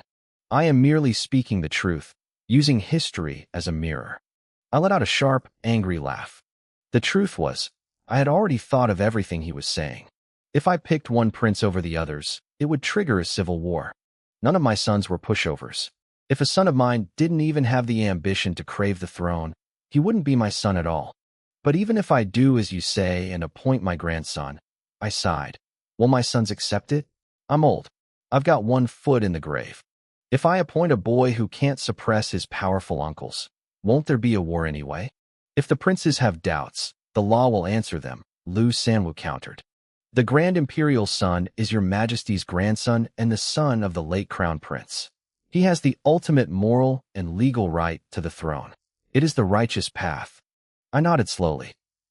In this era, righteousness and legitimacy were everything. If I picked the Prince of Yin, the older brothers would use the laws of succession to tear the empire apart. But while the princes of Qin and Jin were great generals, they were terrible candidates for emperor. They were arrogant, extravagant, and often ignored the law to indulge their own pleasures. It was a nightmare of a choice. My sons weren't fit, so it had to be my grandson.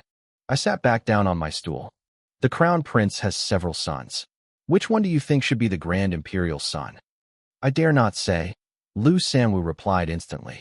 He was willing to argue for the position of a grandson, but he knew his place.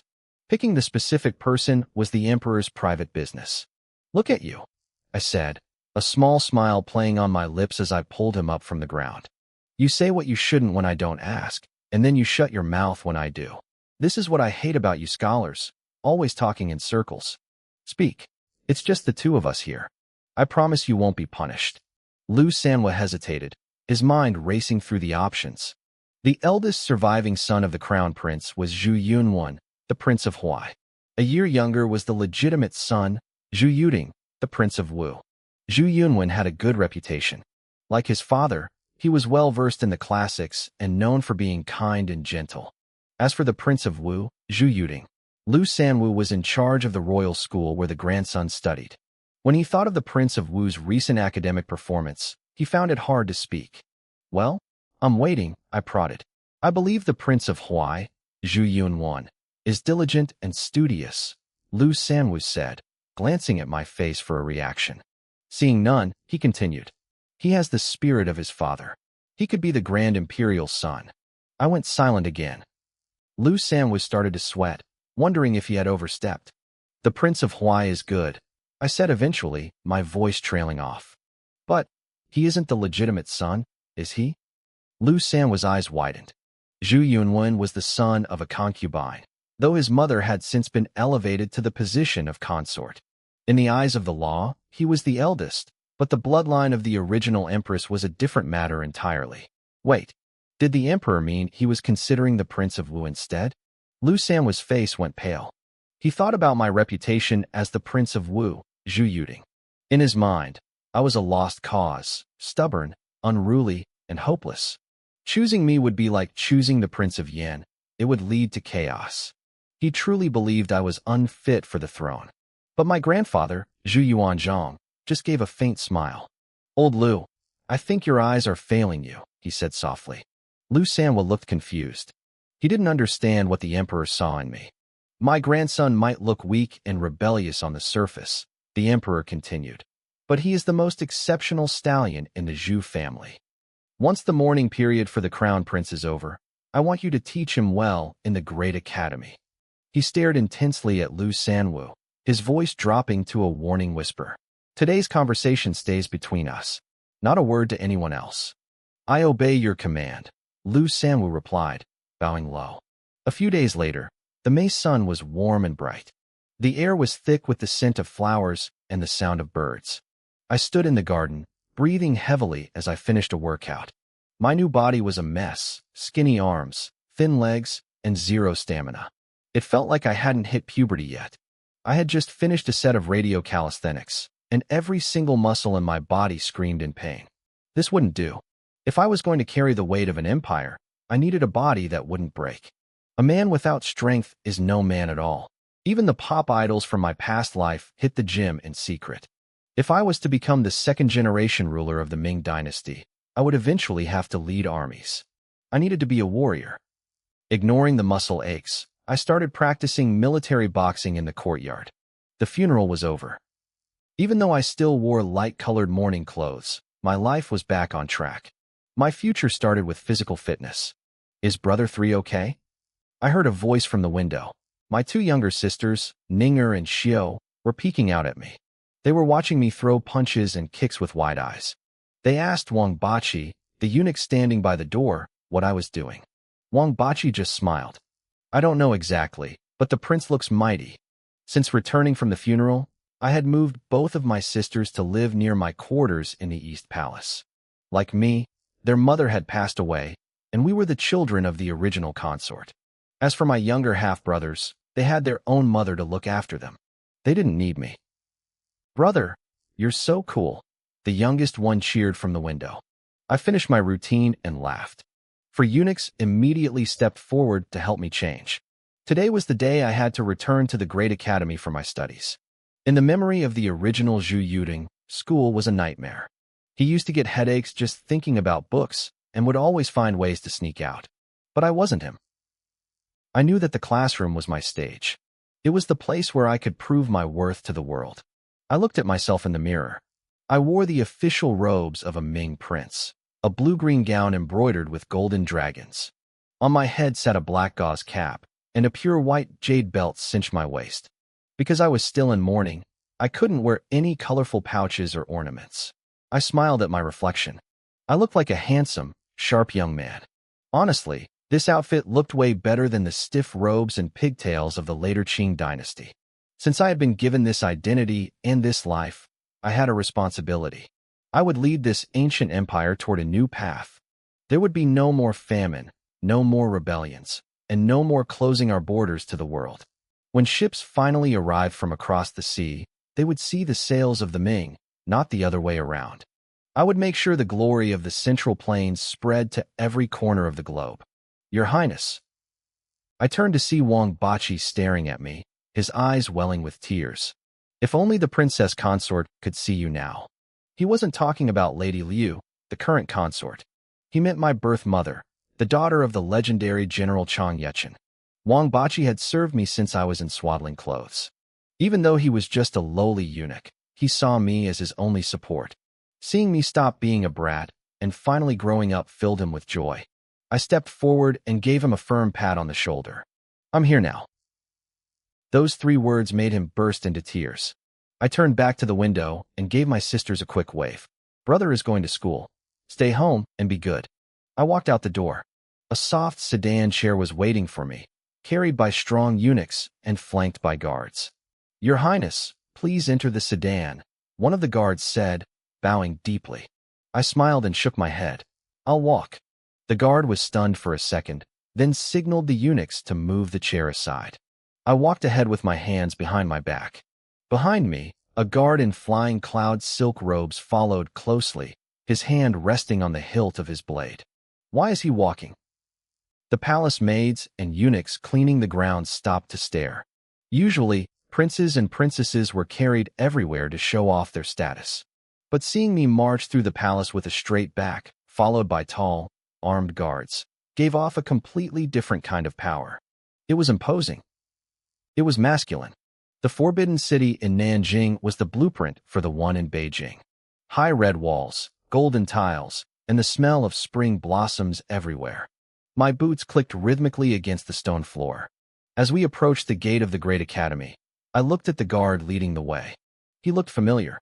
I've seen you before, haven't I? I am Fu Rang, the guard replied respectfully. The son of the Duke of Ing? I asked, realizing who he was. No wonder you look so sharp. A smile broke across Fu Rang's handsome face. Everyone likes a compliment. He was the 3rd son of Fu Yud, one of the emperor's top generals. How is the old duke doing? I asked as we walked. He looked a bit frail during the funeral. Thank you for your concern, Your Highness. My father is well. Don't lie to me, I said, my voice turning serious. Men like him and Lan Yu spent their lives on the battlefield. They're covered in old scars and injuries. Now that he's getting older, he can't be careless with his health. I paused for a moment, looking at him.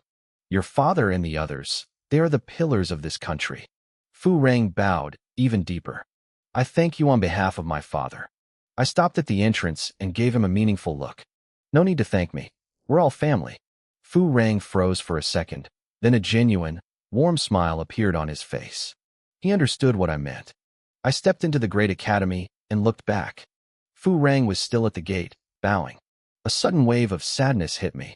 This was the 25th year of the Hongwu era. In just 2 years, in the 27th year, both Fu Rang and his father would be executed. My grandfather was getting old, and he was terrified that his young grandson wouldn't be able to control these powerful generals once he was gone.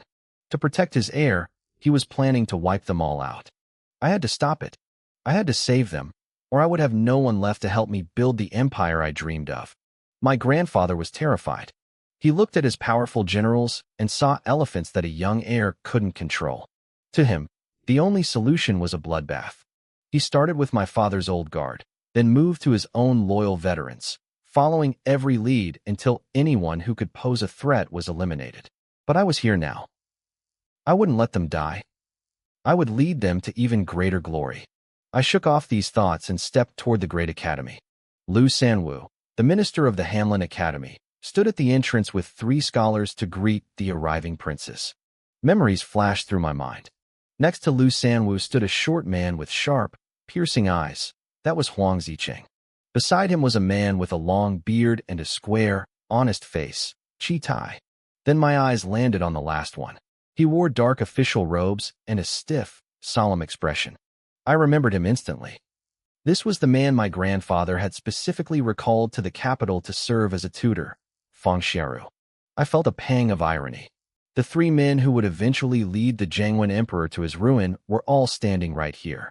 I would listen to their teachings, but I certainly wouldn't follow their failed strategies. Greetings, scholar. Greetings, masters, I said, bowing respectfully. I was dressed in my new prince's robes. The scholars returned the bow with the etiquette of subjects, but once we crossed the threshold into the classroom, the dynamic changed to teacher and student. My grandfather, despite his rough beginnings, was obsessed with our education. He had once hired the great scholar Song Lian to teach my father.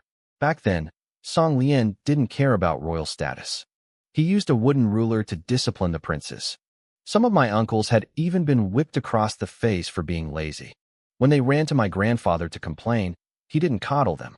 He simply pulled down their pants and gave them a second beating. Even the formidable Zhu Di had been beaten more than most because he was the most rebellious. Your Highness, you've arrived early today, Huang Zicheng said with a faint smile. I looked at the morning sun and smiled back. The success of a day is determined in the morning. In the past, I was ignorant. I wasted my time and disappointed my teachers. Now that my father is gone, I have to catch up. I feel ashamed of how I acted before. It won't happen again. Under their stunned gazes, I bent low in a solemn, formal bow. We cannot accept such a gesture, Your Highness, they cried out, hurrying to stop me. Lu Sanhua looked at me, his eyes filled with a mix of surprise and relief. To him, I looked the same, but my spirit had completely changed. I was vibrant, polite, and humble. For a moment, he saw the image of my late father in me. The old man's eyes grew misty. He had heard the emperor call me a 1,000-mile horse of the Zhu family, and seeing my refined manners now, he finally believed it. Your Highness, Lu Sanhua said, stroking his beard. This is Scholar Feng Xiaoru, who has just arrived in the capital. Greetings, Your Highness, Feng Xiaoru said stiffly. Please, Master, there's no need for such formality, I replied.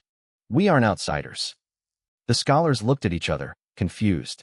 I continued with a smile. Master Feng, you studied under the great Song Lian. My father was also his student.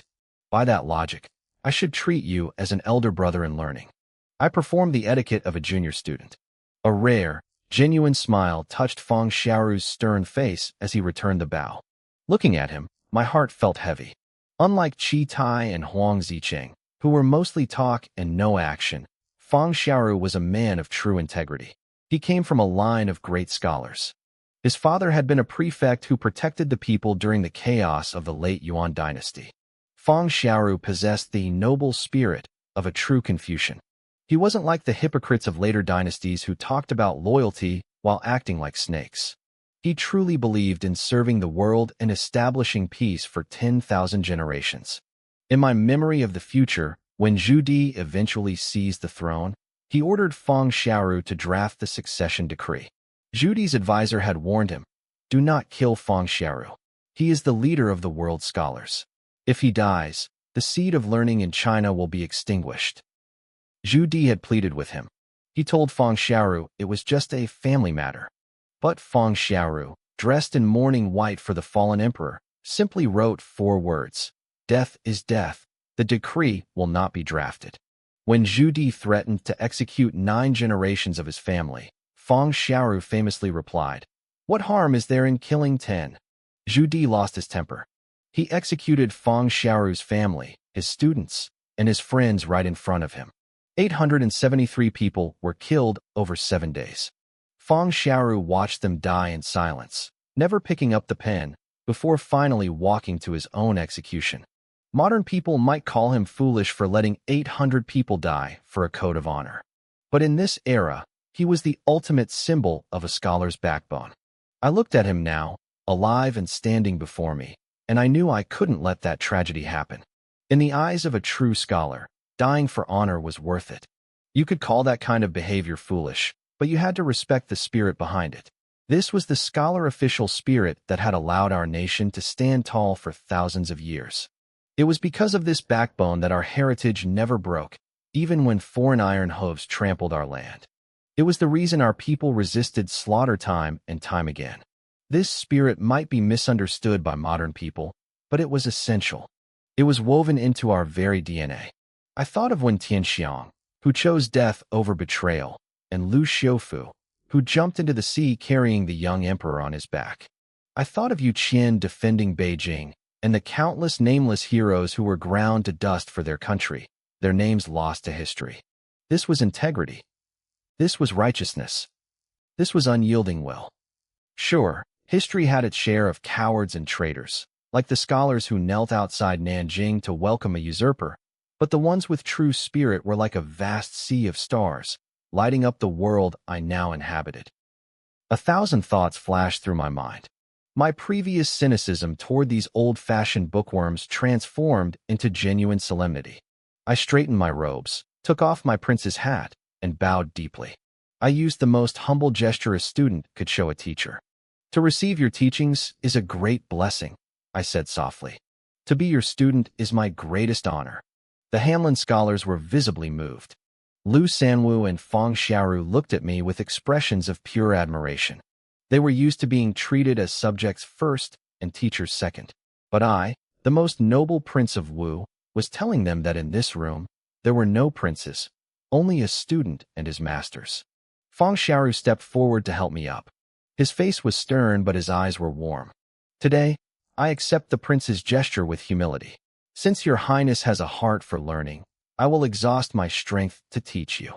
He then returned a formal bow, acknowledging me as a worthy student. Lu Sanwu sighed inwardly. He wondered how such a virtuous prince could have been rumored to be a lazy student in the past. There had to be a hidden reason. The Prince of Huai has arrived, Chi Tai announced, his voice brightening. I turned to see Zhu Yunwen walking in. The two scholars immediately beamed. The cold, strict expressions they usually wore vanished, replaced by a look like a warm spring breeze. They clearly adored him. Greetings, Prince of Huai, they said. In this place, there is only the student Zhu Yunwen, not a prince, he replied, refusing their formal bows. He bowed deeply to Lu Sanwu. Teacher Lu. He looked like the perfect, obedient student. But I caught a flicker of surprise in his eyes when he saw me. He definitely hadn't expected me to be here this early. This is Scholar Feng Xiaoru, Lu Sanwu introduced. The emperor invited him to teach the royal children.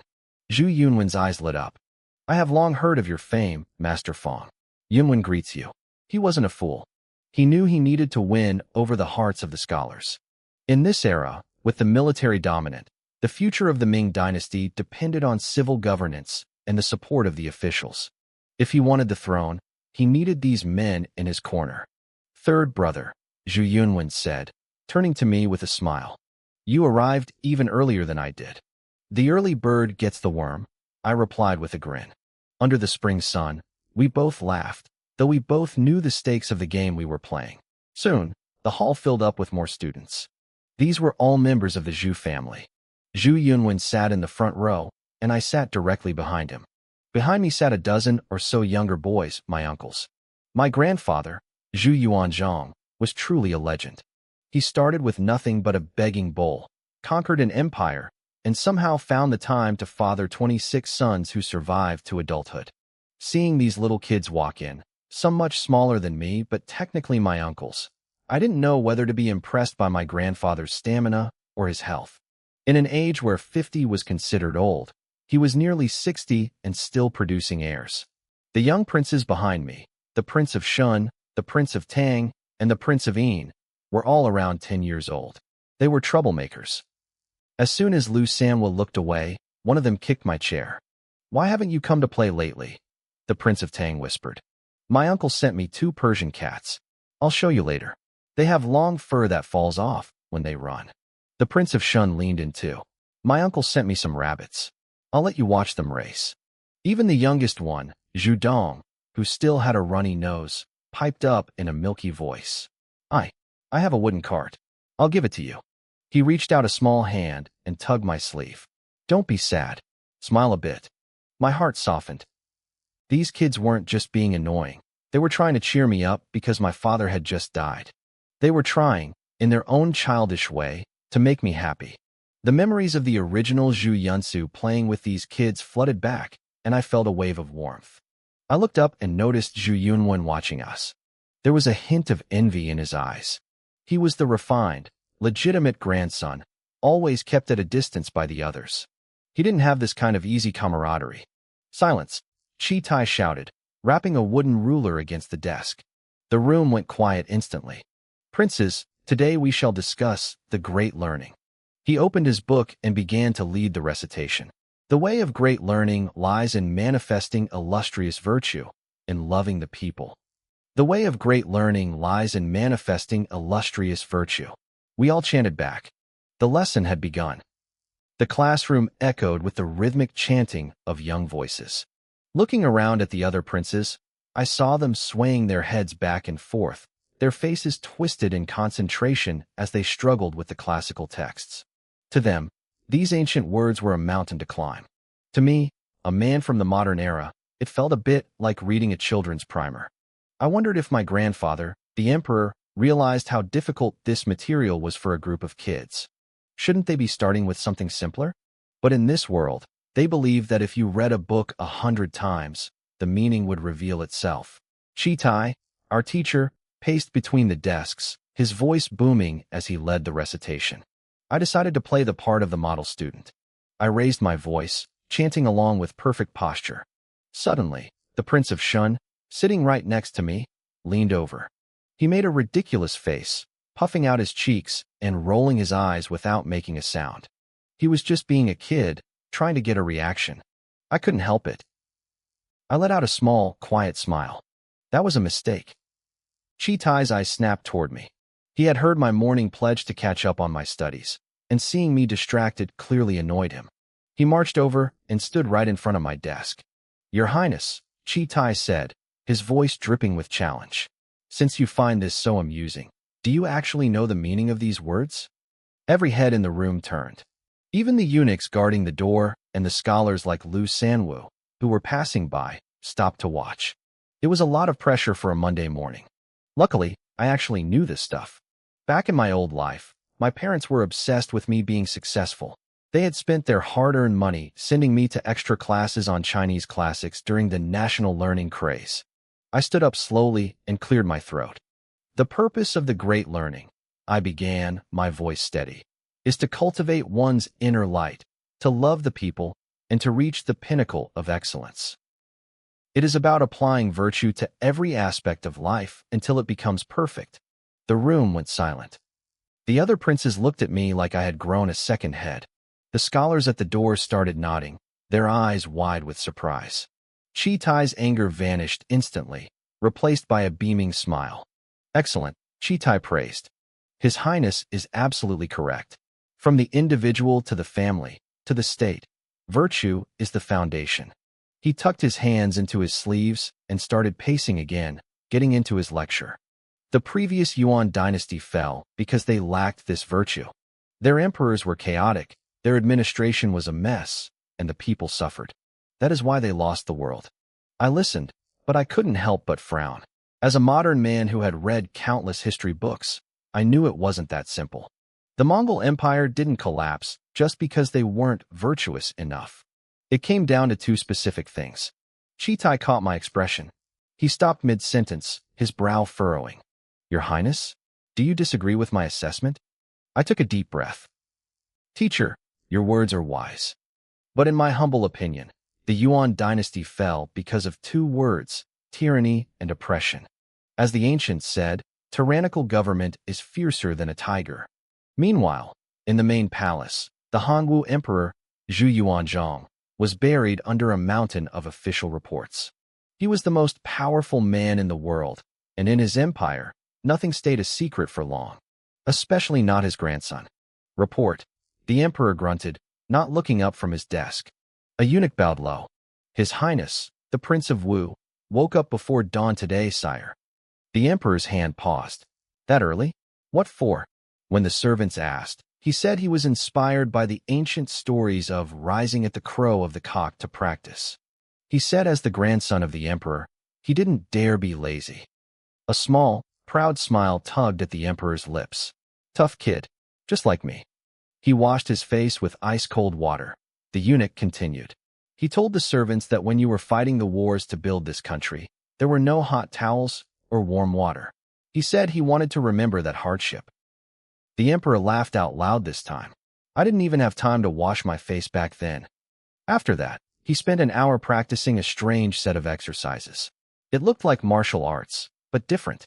The guard said he moved with a certain killing intent. The emperor chuckled. A eunuch like you wouldn't know real killing intent if it hit you. What did he eat? A bowl of millet porridge and 3 vegetable buns, sire. The emperor slammed his pen down, his eyes flashing. Vegetable buns? Is the kitchen staff trying to starve him? He's a growing boy. No, sire.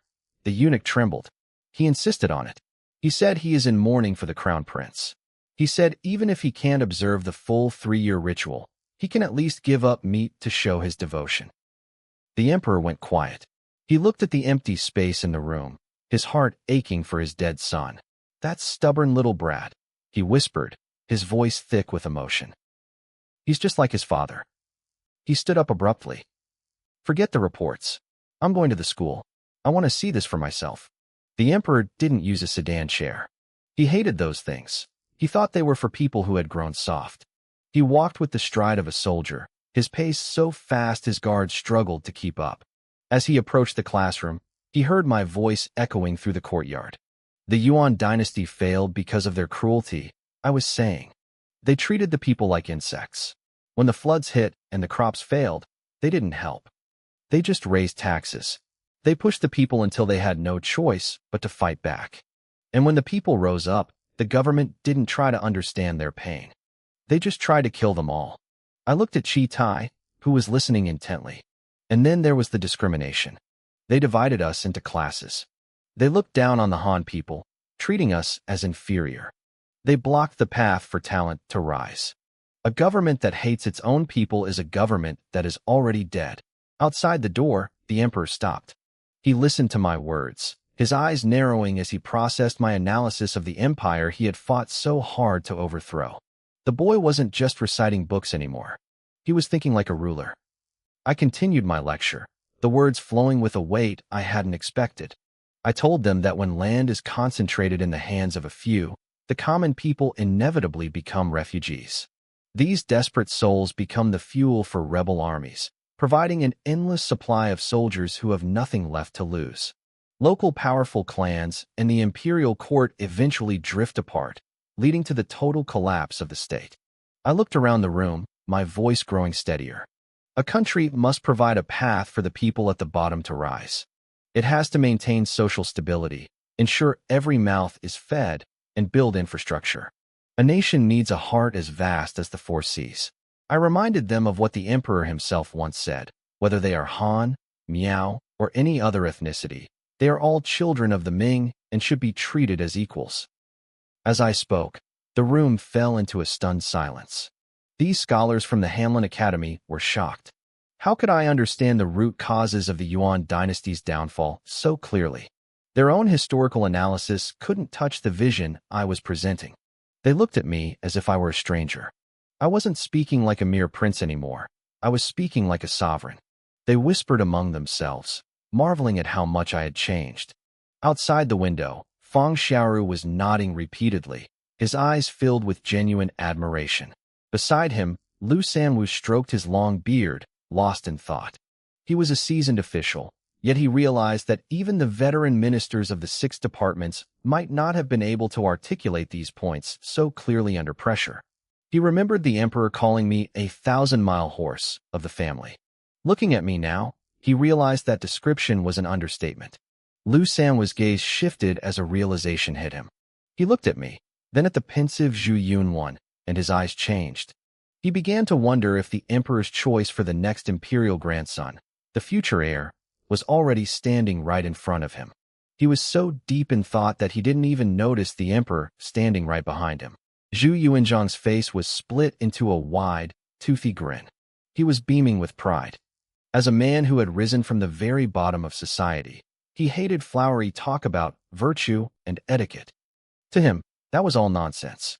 If a country couldn't feed its people, the people would revolt. It was that simple. He leaned toward Lu Sanwu's ear and whispered, "Test him. Keep going." Before Lu Sanwu could speak, Feng Xiaoru stepped forward. He looked at me through the window and raised his voice. "His Highness the Prince of Wu says that the concentration of land was the yuan's downfall. I agree.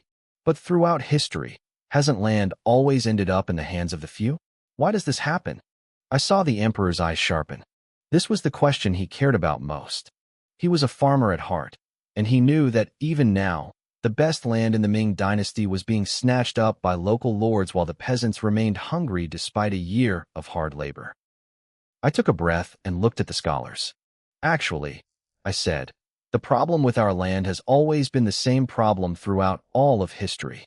Lu Sanwu and Feng Xiaoru exchanged a look of pure shock.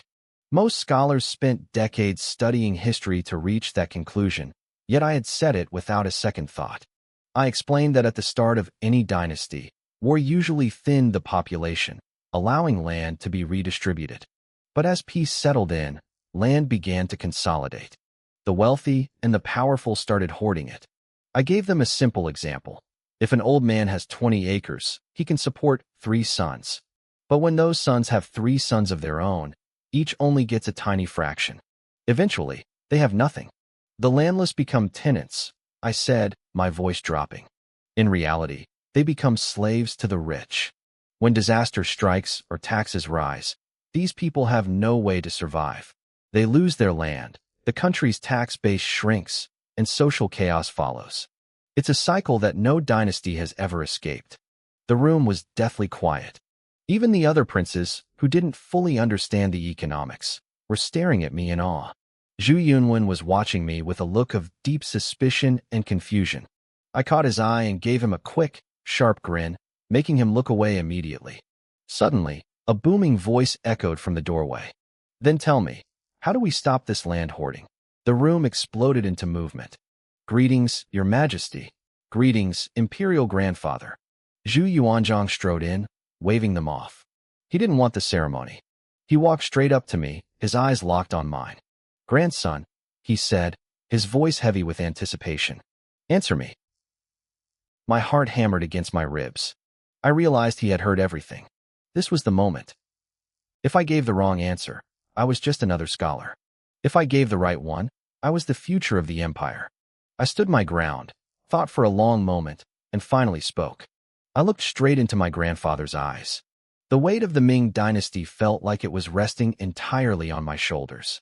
I knew that the biggest problem facing us wasn't just the rich hoarding land.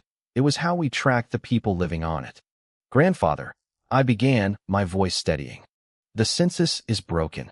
The powerful families hide their tenants, keeping them off the official records so they don't have to pay taxes. These people become ghosts, slaves to the rich who contribute nothing to your treasury. Right now, the Ming dynasty has vast stretches of unclaimed land. Instead of letting the elites swallow it up, we should give it directly to the commoners." Zhu Yuanzhang frowned, his weathered face etched with skepticism. "It's not that simple, grandson. Those local lords are stubborn. Even as emperor, I can't just make them hand over their people. I want the peasants to have land, but the officials and the military families, they won't just let go." I took a deep breath. It was time to suggest the unthinkable. The problem is the head tax. Currently, every person born in the Ming dynasty is a financial burden because they have to pay just for existing. It drives the poor to hide their children or, worse, drown their daughters because they can't afford the tax. What if we stopped taxing people and started taxing the land instead? The room went cold. Feng Xiaoru, my teacher, stepped forward, his face pale. "Your Highness, be careful. Changing the tax system is a declaration of war against the entire elite class." He looked at me with genuine concern. He had grown fond of me, and he didn't want to see me torn apart by the court for such radical ideas. My grandfather stared at me, his gaze a mix of pride, worry, and curiosity. "Think carefully before you speak further, boy," he warned. "This could bring a storm of criticism down on your head." "I am your grandson," I replied, standing tall. "I shouldn't live in fear of what others say while my people suffer." Zhu Yuanzhang let out a sudden, booming laugh. "Good. Speak your mind. If we charge tax by the acre, say 1 coin per acre, Then it doesn't matter how many people live there, I explained. The rich who own thousands of acres will finally pay their fair share. The poor, who own little, will finally be able to breathe. If the elites find the land too expensive to keep because of the taxes, they'll stop hoarding it. The state gets richer, and the people get their dignity back. The officials were stunned. My grandfather leaned in, a sharp glint in his eye. A shallow insight, you called it? There isn't a single man in my court brave enough to say those words. You truly are my grandson. He paused, a smirk playing on his lips. But you mentioned there were 2 points. What's the second? I didn't blink. When the land within our borders isn't enough to sustain our people, we hit them. The room gasped. Hit them, someone whispered. We expand, I said firmly. To the south, Annam, Siam, Kampa. Those lands are warm all year round. The soil is so fertile they harvest rice 3 times a year. The rivers are full of fish, and fruit grows wild. The people there don't even have to try to survive. And look at the Ryukyu Kingdom. That land is perfect for sugarcane. We have the strongest army in the world. Why are we letting our people starve on crowded plots when there is paradise just across the border? Prince, Lu San was shouted, his face red with indignation. A nation that loves war will surely perish. We are the Middle Kingdom. We have everything we need. Why would we soil ourselves by invading barbarian lands? Have you learned nothing from the fall of the Sui dynasty? The people will revolt if you force them from their ancestral homes. My cousin, Zhu Yunwen, finally spoke up, putting on his best responsible older brother act. Third brother, stop this nonsense. Our grandfather himself listed those countries as nations not to be conquered in his ancestral injunctions. I looked at Yunwan, the man who would eventually lose the throne because he couldn't handle his own uncles. Grandfather labeled them that to stabilize the borders while the Ming was young. I countered. But our population is growing. We have prisoners and landless peasants. Instead of locking them up, give them weapons. Send them to those barbarian lands. Let them settle. In 50 years, we teach them our language and our writing. Those lands won't be foreign anymore. They will be Ming. Why settle for being a neighbor when we can make them a province? Lu Sanwu was shaking with rage. He burst into the center of the room. This is madness. We rule through virtue and ritual, not the sword. If the foreign envoys hear this, what will they think of our emperor? Enough! Zhu Yuanzhong barked from the window, waving a hand to silence the room. He was smiling, but his eyes were cold as he scanned the officials. The boy is just talking. But mark my words, not a single syllable of what was said today leaves this room. If I hear a whisper of this in the streets, heads will roll. We obey, the officials cried out, bowing low. Grandfather looked at me, and I saw a reflection of his own younger, more ruthless self in his eyes. He was a man who had climbed over mountains of bodies to take the throne. He knew that virtue was just something you told the losers. He didn't care about the scholars' complaints. He cared about strength. Go back to your studies, my grandfather said, turning to leave. Then he paused and looked back at me. Grandson, you're eating lunch with me today. Yes, grandfather. I replied, a small smile tugging at my lips. As the emperor walked away, I could feel the heavy, worried stares of the scholars on my back. To them, I was becoming a dangerous predator, a prince who dreamed of blood and conquest. But as I watched my grandfather's retreating figure, I knew I had done it. I wasn't just a grieving grandson anymore. I was a player in the game of kings. My words had struck a chord deep inside my grandfather. As we walked, I could tell he wasn't thinking about the scholars' complaints. To him, those small neighboring kingdoms weren't just foreign lands, they were a solution. I had shown him a path to eternal stability for the Ming dynasty, a road no emperor before him had dared to walk. He was a man of the people, and he knew that those barbarian lands were incredibly rich.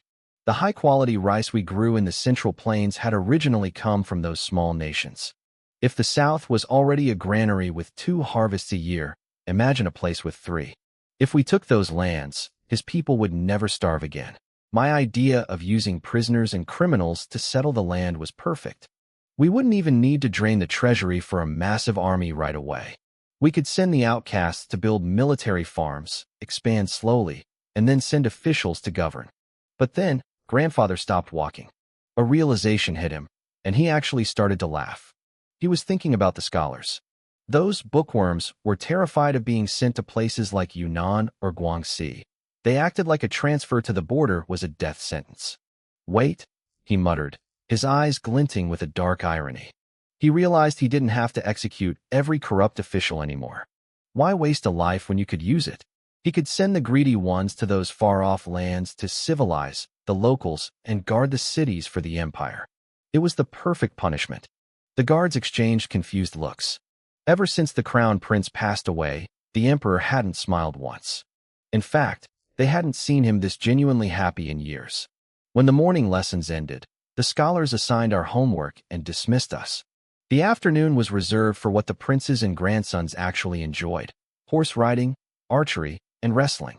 Grandfather came from a line of warriors. He had no intention of letting his descendants become weak, pampered softies. As soon as the teachers left, several of the younger princes, my uncles, technically, though they were younger than me, swarmed around me. Prince Zhumo of Shun had eyes like saucers. "Big nephew, is it true? Are those lands really that good? 3 harvests a year, and you never die of hunger." The other young princes looked at me with pure hunger for knowledge. A plan started forming in my mind. Grandfather's current system of stationing princes at the borders was a good idea in theory, brothers and sons fighting together to protect the center. But I knew history. Eventually, these princes would become nothing but parasites, fattened up on their fiefdoms while the commoners suffered. By the end of the Ming dynasty, killing one prince could feed an army of 100,000 for a year. If I was going to rule, I couldn't let them rot in the heart of China. I had to send them out. "It's all true," I said with a wide grin. "I read it in the records. The people there live in grass huts and don't even work. When they wake up, they just kick a tree, fruit falls down, they eat their fill, and go back to sleep." "Don't they turn into pigs then?" Prince Zhu Jing of Tang asked, sounding puzzled. "They don't eat meat?" Prince Zhu Dong of Yin added. "Not really," I said, gesturing with my hands to show a short height. "And they're small. They only come up to about here." The little princes chuckled, but then I lowered my voice to a conspiratorial whisper. "But it's not just food. That place is crawling with strange animals. Elephants, apes. There are pearls, gemstones, and mountains of gold." Their eyes nearly popped out of their heads. "The locals don't even know how to use it," I continued, leading them right where I wanted them. "Isn't it a waste to leave all that gold in their hands?" "It should be ours," Prince Zhu Mo muttered. "But will they just give it to us?" The youngest, the Prince of Tang, asked. I smirked. "Who said anything about giving? We take it." The young princes went silent, processing this. My voice was pure temptation now. "We have the blades. We have the soldiers. Think about my grandfather, your father. What was he when he was young? He was a monk. He was a beggar. And my great-grandfather? A farmer who couldn't even fill his belly. Grandfather loved to remind his children of their humble roots. He made them walk in straw sandals to ancestral rites to make sure they never forgot how hard he fought for this life." "How did the Zhu family get to where we are today?" I asked, poisoning their young minds with ambition. "We took it. We took this empire from the Mongols with nothing but our swords. My grandfather and your fathers fought for this wealth and these titles." The princes nodded eagerly. They were at that age where they were bored out of their minds in the palace, itching for excitement. "Uncle 21, I said, looking at Prince Zhuamo, "you've always said you admired how grandfather led his armies through blood and sand. Do you want to be an old man who sits around watching cockfights all day, or do you want to be a great general on horseback?" "A great general," Zhuamo shouted, thumping his chest. "Every time I hear my uncle talk about the battles, I want to grab a saber and charge out right then." "Exactly," I clapped him on the shoulder. "Those barbarians are sitting on our gold. When you grow up, take 10,000 men, march down there, and take it all for the Ming dynasty. Think how glorious that would be." Zhumo's eyes were practically glowing. He was already imagining himself charging through the jungle, planting the Ming flag. "I'll take my uncle, my cousins, and my in-laws. We'll take everything. I have an uncle too," the Prince of Tang yelled. "I'll write to him right now and tell him to come back and get ready." "My uncle has thousands of cavalry," another one chimed in. I smiled to myself. The seeds were planted. These kids were already dreaming of conquest instead of internal rebellion. Suddenly, A soft cough came from outside the window. We all turned to see Huang Goer, my grandfather's personal eunuch, standing there with a polite smile. He knelt quickly. "Greetings, your highnesses. Young master, the emperor requests your presence for lunch." I nodded and stood up. As I walked away, I felt the envious stares of the other princes. At the very front of the classroom, Zhu Yunwen lowered his head, looking utterly dejected. Usually, the honor of dining with grandfather belonged only to him, the eldest grandson. Now, he looked like a boy who had been forgotten by the world. I didn't look back. When I entered the Hall of Supreme Harmony, the atmosphere was different. Grandfather was sitting there, looking relaxed. "No need for formalities," he said, waving me over. "It's just us two today. Sit." I helped grandfather sit down first before taking my seat opposite him. I looked at the table and felt a pang of surprise. History remembered Zhu Yuanzhang as one of the most frugal emperors to ever live. Even after ascending the throne, he stuck to the simple tastes of his peasant roots. Usually, his meals consisted of a single dish and a bowl of rice, just enough to stay full, never enough to waste. His favorite was stir-fried cured pork with garlic and leeks. To a commoner, that oily, salty meat was a luxury, but for an emperor's table, it was considered unrefined. Grandfather didn't care. He loved it and always cleaned his plate until not a single grain of rice remained. I remembered a story about my 19th uncle, the Prince of Gu, who had once tried to secretly throw away some old rice and cured pork. Grandfather had caught him and whipped him 10 times with his own hands, screaming that he was a disgrace who had forgotten his roots. But today, the table was different. It was a feast. There was dry braised fish, sea cucumber with scallions, salted duck, and a plump roasted chicken. The aroma filled the room. The imperial chef wasn't some high-class culinary master. He was an old army cook named Su who had followed grandfather for 30 years. He was the only one trusted to cook for the Zhu family. "Eat. What are you waiting for?" Grandfather said, his mood clearly excellent.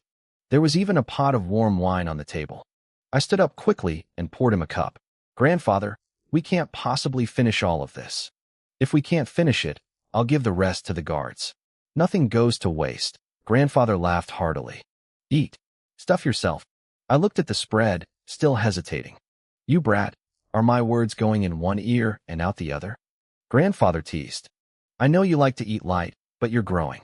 When I was your age, I could eat 3 chickens in one sitting. If you only eat vegetables, how will you grow strong? A man needs meat. Eat." He reached out, tore off a drumstick, and dropped it right into my bowl.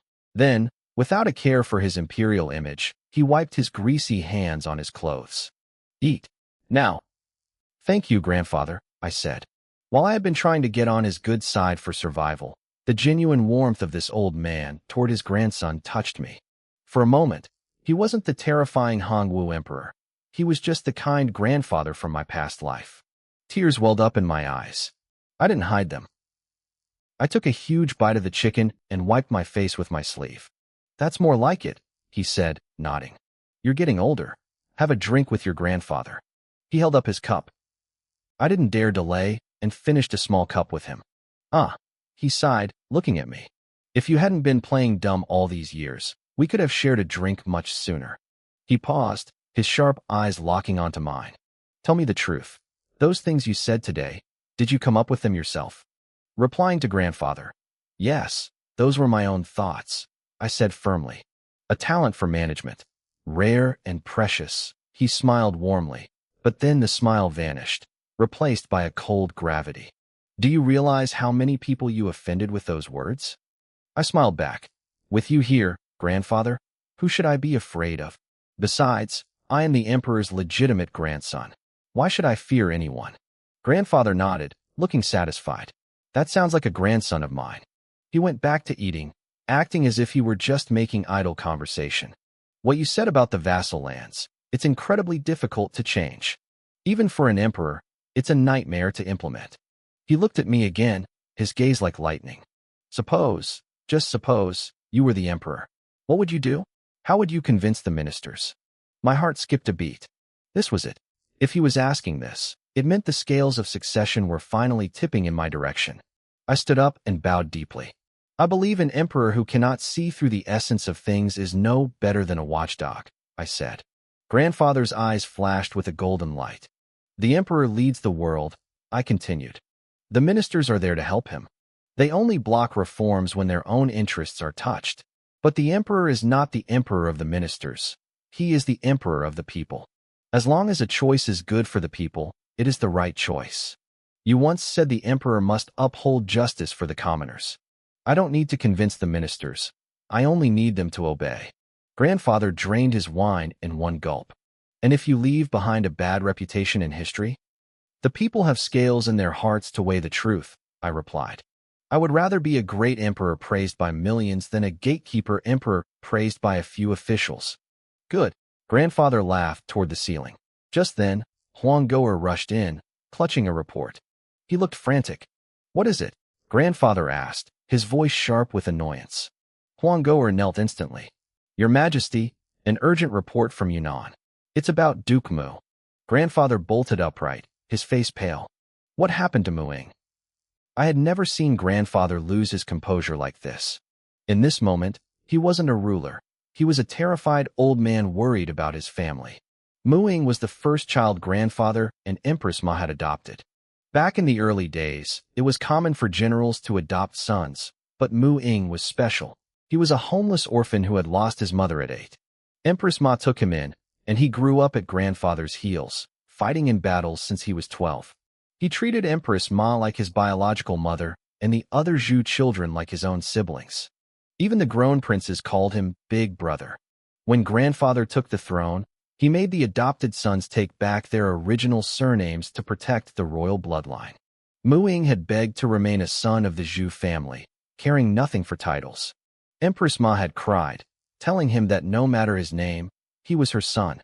He eventually chose the surname Mu, meaning bathed in heavenly grace. He had spent his life guarding the borders in Yunnan, turning a wild frontier into a stable province. He didn't just fight, he built schools and irrigation. Grandfather always said that with Mu Ying in Yunnan, he could sleep soundly. When Empress Ma died years ago, Mu Ying had vomited blood from grief and fell deathly ill. The Mu family would eventually guard Yunnan for centuries, their loyalty never wavering until the very last descendant died in battle. Give it here, Grandfather barked, snatching the report from the eunuch's shaking hands. I watched Grandfather's hands tremble as he opened the scroll. His face twisted into a mask of pure agony. Pass my orders, he roared. Send the imperial physician to Yunnan immediately. Grandfather roared, his voice echoing through the hall. Take every medicinal herb in the treasury. I don't care how rare it is. If Muing needs it, take it all. I stepped forward and gently supported Grandfather as he stood up. He looked decades older in a single moment. He handed me the scroll, his hand shaking violently. Read it yourself, he sighed, his voice hollow. Muing, he's not going to make it. My heart skipped a beat. I opened the report. It was written by Mu Chun, Mu Ying's eldest son. The words were devastating. When Muing heard the news of my father's death, he had wailed in agony and spat out 3 mouthfuls of blood. He hadn't been able to leave his bed since. The local doctors all said the same thing. He had less than 10 days to live. The scroll ended with a final request.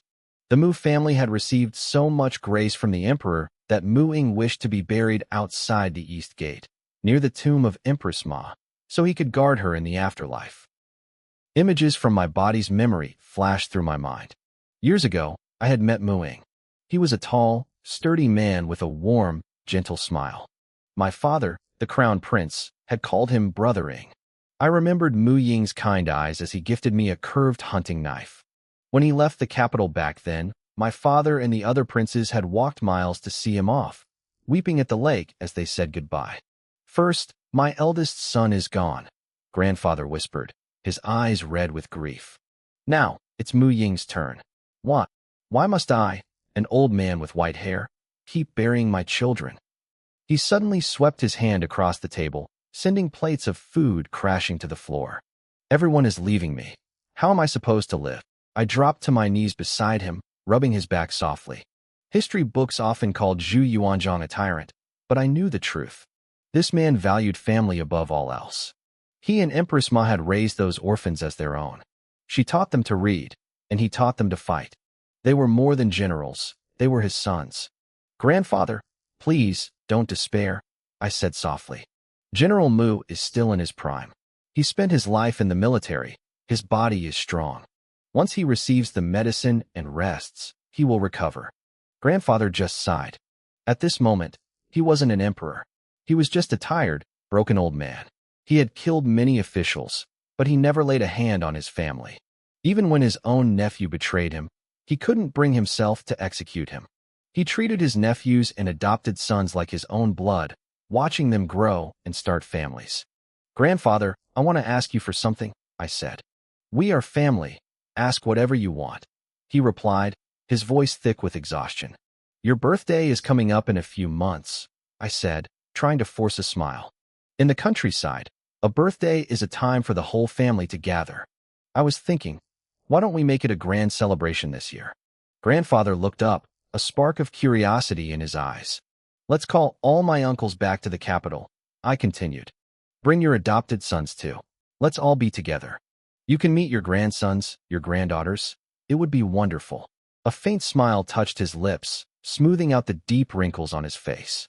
The palace was massive, but it wasn't a home. It was a place of rigid rituals and cold walls. My suggestion hit him right in the heart. But then, the smile faded. He shook his head quickly. No, we can't do that.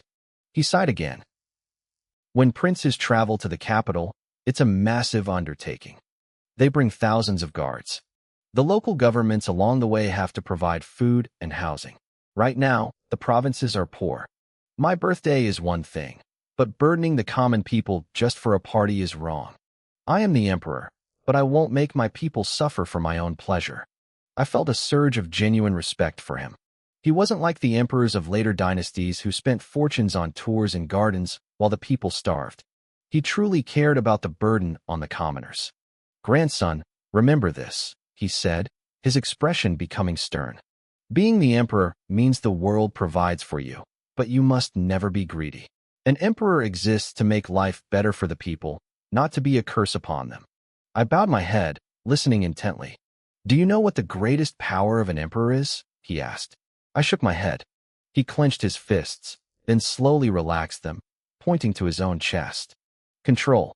An emperor must control his own heart, control his greed, control his desire for pleasure. I will remember, grandfather, I promised. After eating with him and chatting a bit longer, I left and headed back toward the East Palace. My mind was racing. I had a heavy feeling in my chest. I needed money. If grandfather was worried about the princes burdening the local provinces, then the central government just needed to pay for the trip. We could calculate the costs for food and lodging and limit the number of guards each prince brought. They didn't need 10,000 men. A few hundred would do. But the problem remained. Where would the money come from? Knowing grandfather's personality, he would never take money from the national treasury just to pay for his son's travel expenses. I needed to find a way to fund this family reunion myself. I knew my grandfather. He wasn't like the emperors who would follow in the later dynasties, the ones who squeezed the commoners dry to fund their lavish tours and golden gardens. He genuinely cared about the people. But that left me with a massive headache. I was the Prince of Wu, a high-ranking member of the imperial family, but my pockets were practically empty. In the Ming dynasty, a prince didn't truly see real wealth until they left for their fiefdom. As a grandson living in the capital, my annual allowance was a mere 1,000 taels of silver. Not a penny more. It wasn't just me, either. Everyone in the palace was struggling. We were royalty, but we were broke. Money is a powerful thing. It doesn't just solve immediate problems, it builds empires. I remembered reading that later in history, a man named Zhu Di managed to take Nanjing specifically because he spent years throwing silver at generals and officials, buying their loyalty. My standing in grandfather's heart was growing, but that wasn't enough. I needed my own team, my own foundation. And to build that, I needed cold, hard cash. There is no such thing as absolute loyalty in this world, only absolute interest. But I had to be careful. Grandfather, Zhu Yuanzhang, was the kind of man who couldn't stand a grain of sand in his eye. If I tried something crooked and got caught, I'd be finished. As I walked back to the East Palace, I started tallying my resources. Who could I actually rely on? My two maternal uncles controlled the capital's elite guards, 30,000 battle-hardened troops. That was a start. Then there was my granduncle, Lanyu. He held the title of Great General, but in the capital, he didn't have a single soldier under his command, only a few hundred personal bodyguards. The other dukes, like Fu Yud and Feng Sheng, were in the same boat. Grandfather was a master of control. These old brothers-in-arms of his were legendary warriors, but without his direct order, they held no real power over the treasury or the military. What about the civil officials? That thought made my head hurt even more.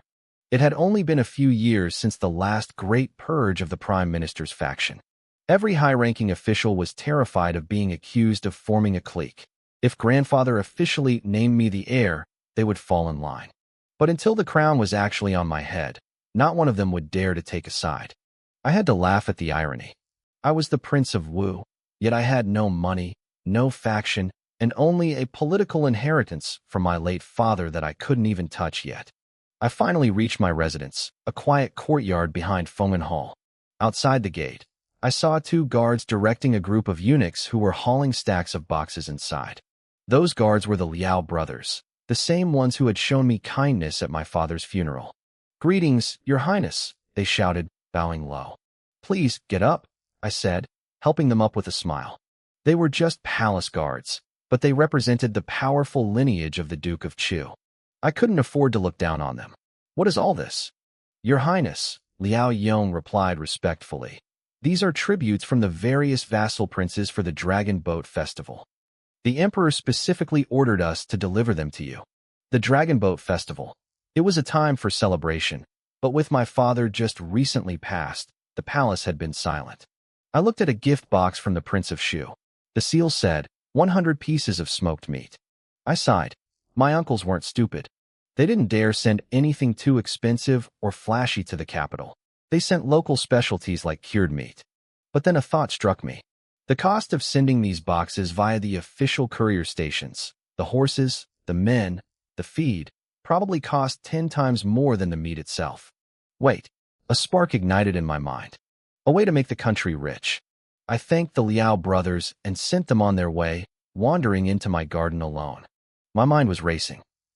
In all those web novels I'd read, the main characters always got rich by inventing matches, soap, or distilled alcohol. That was total nonsense.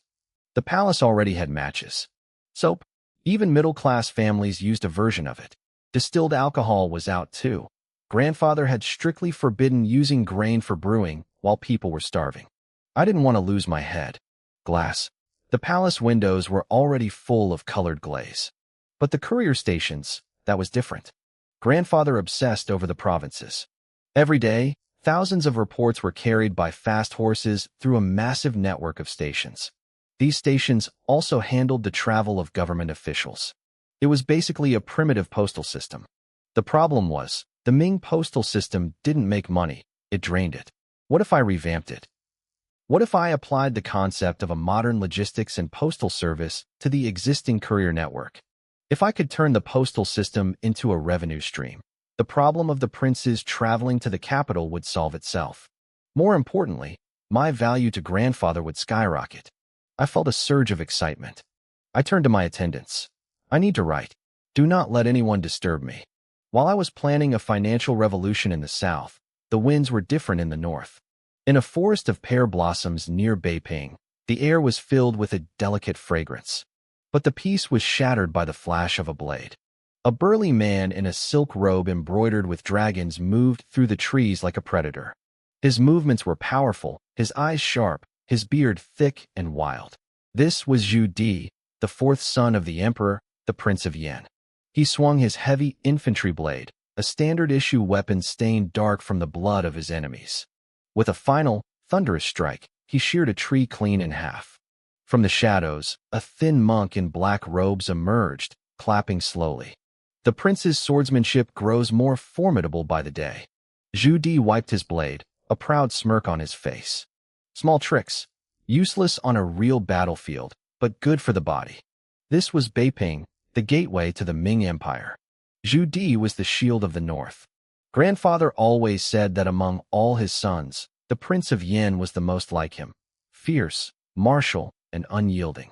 He had been given the ancient lands of Yin and Zhao, territories that had been lost to the northern tribes for centuries until the Ming took them back. Zhu Di looked toward the south, his eyes unreadable. The north was his domain, but the wind was carrying news from the capital, news of a dead crown prince and a young nephew who had suddenly caught the emperor's eye. The game was changing, and the tiger of the north was watching. For centuries, heroes had gazed toward the north, waiting for this moment. It wasn't until the great Ming sent 300,000 soldiers screaming across the plains that the capital of the Yuan dynasty finally fell. We reclaimed the broken lands of our ancestors and renamed the city Beiping, Northern Peace. Now, it was home to the most elite border guards of the empire. Han, Mongol, and Jurchen soldiers served side by side under the command of one man, Zhu Di, the Prince of Yin. I watched as Zhu Di walked through the pear-blossom forest with a monk in black robes. My uncle moved with the grace of a predator, while the monk followed a half-step behind like a shadow. The guard stayed far back, knowing better than to interrupt. That monk was Yao Guangxiao, a master of Buddhism and a man of terrifying intellect. He wasn't just a subject. He was Zhu Di's closest confidant. Zhu Di stopped and plucked a pear blossom, crushing it between his fingers. "Any news from the army?" he asked. "The same as before," Yao Guangxiao replied. "His Majesty has titled Zhu Yunwen as the Prince of Huai and Zhu Yunting as the Prince of Wu." The monk paused, a strange glint in his eyes. "It seems we all misjudged him. That third grandson, the one who stayed out of the spotlight, has suddenly become the emperor's favorite." "The Prince of Wu?" Zhu Di laughed, though there was no warmth in it. "The old man really does dote on him." He turned his gaze toward the south. "With my father, the crown prince, gone, the opportunity Zhu Di had waited for his entire life was finally here. Every son of a dragon wants to be the dragon. Zhu Di was a man who ruled from the saddle and governed with a steady hand. He was the most outstanding of all the princes. Why shouldn't he sit on the throne? As long as my father, Zhu Biao, was alive, Zhu Di had buried those thoughts deep. But now, the fire was raging out of control. He had spent his youth under General Suda, charging into battle and never shaming the Zhu name. As an adult, he held the northern border, making the remnants of the Yuan and the kingdoms of Goryeo tremble. Who else was more qualified? "If I were the emperor," Zhu Di muttered, his voice cold, "I would sweep across the 8 directions. I would make every nation bow. I would turn a century of weakness into a legend." He pulled his gaze back from the horizon. "The news from the capital says the old man is still hesitating on the air. Is he really undecided, or has he already made his choice?" Yao Guangxiao smiled. "He simply isn't ready to say it yet." "Do you think he'll pick me?" Zhu Di asked directly. The monk shook his head. "My prince, you are the 4th son. You have older brothers. By blood or by rank, it shouldn't be you." Zhu Di snorted, the flower in his hand turning to dust. "They aren't stronger than me." He paused, his eyes sharpening. "If it's not me, and it's not my brothers, who is it?" "The grandsons," Yao Guangxiao whispered. "To maintain balance among the princes, His Majesty will likely choose a grandson as the imperial heir." "A child," Zhu Di roared. "How can a brat hold the throne? The Prince of Wu? The Prince of Huai? When I was conquering the north, they were still nursing." "It's about balance," the monk insisted. "If the emperor picks one of you sons, whether it's you, the Prince of Qin, or the Prince of Jin, the others will never be satisfied. He fears that after he passes, you brothers will turn your blades on each other. A grandson is a neutral choice." "A grandson can't control us," Zhu Di sneered. "We respected my brother, the crown prince, because of his virtue and seniority. But a child? Then we wait," Yao Guangxiao said, stepping closer. "The emperor hates nothing more than someone challenging his authority. He hasn't named an heir because he's waiting to see who jumps out first. Don't let it be you." Zhu Di went silent. He knew his father. The emperor was a ruler first and a father second. In the face of the empire, family meant nothing. "How long do we wait?" Zhu Di asked, his voice thick with frustration. "Until the new emperor ascends," the monk replied, looking at the falling blossoms. "A new, young emperor will not be able to tolerate uncles who hold massive armies. He will be desperate to prove himself, desperate for control. He will strike at his own family to establish his power. When he loses his cool and moves against the princes, that is your moment. Zhu Di let out a booming laugh. Fine. We wait. He waved a hand aggressively. Double the payments to our people in the capital. More eyes, more ears. Recruit more officials. He vaulted onto his horse and grabbed a heavy bough. Lads, we're hunting. I want a black bear today. We're eating bear meat. While my uncle was dreaming of my downfall in the north, back in the capital, the sun was just rising. My grandfather, Zhu Yuanzhang, was already buried under a mountain of paperwork.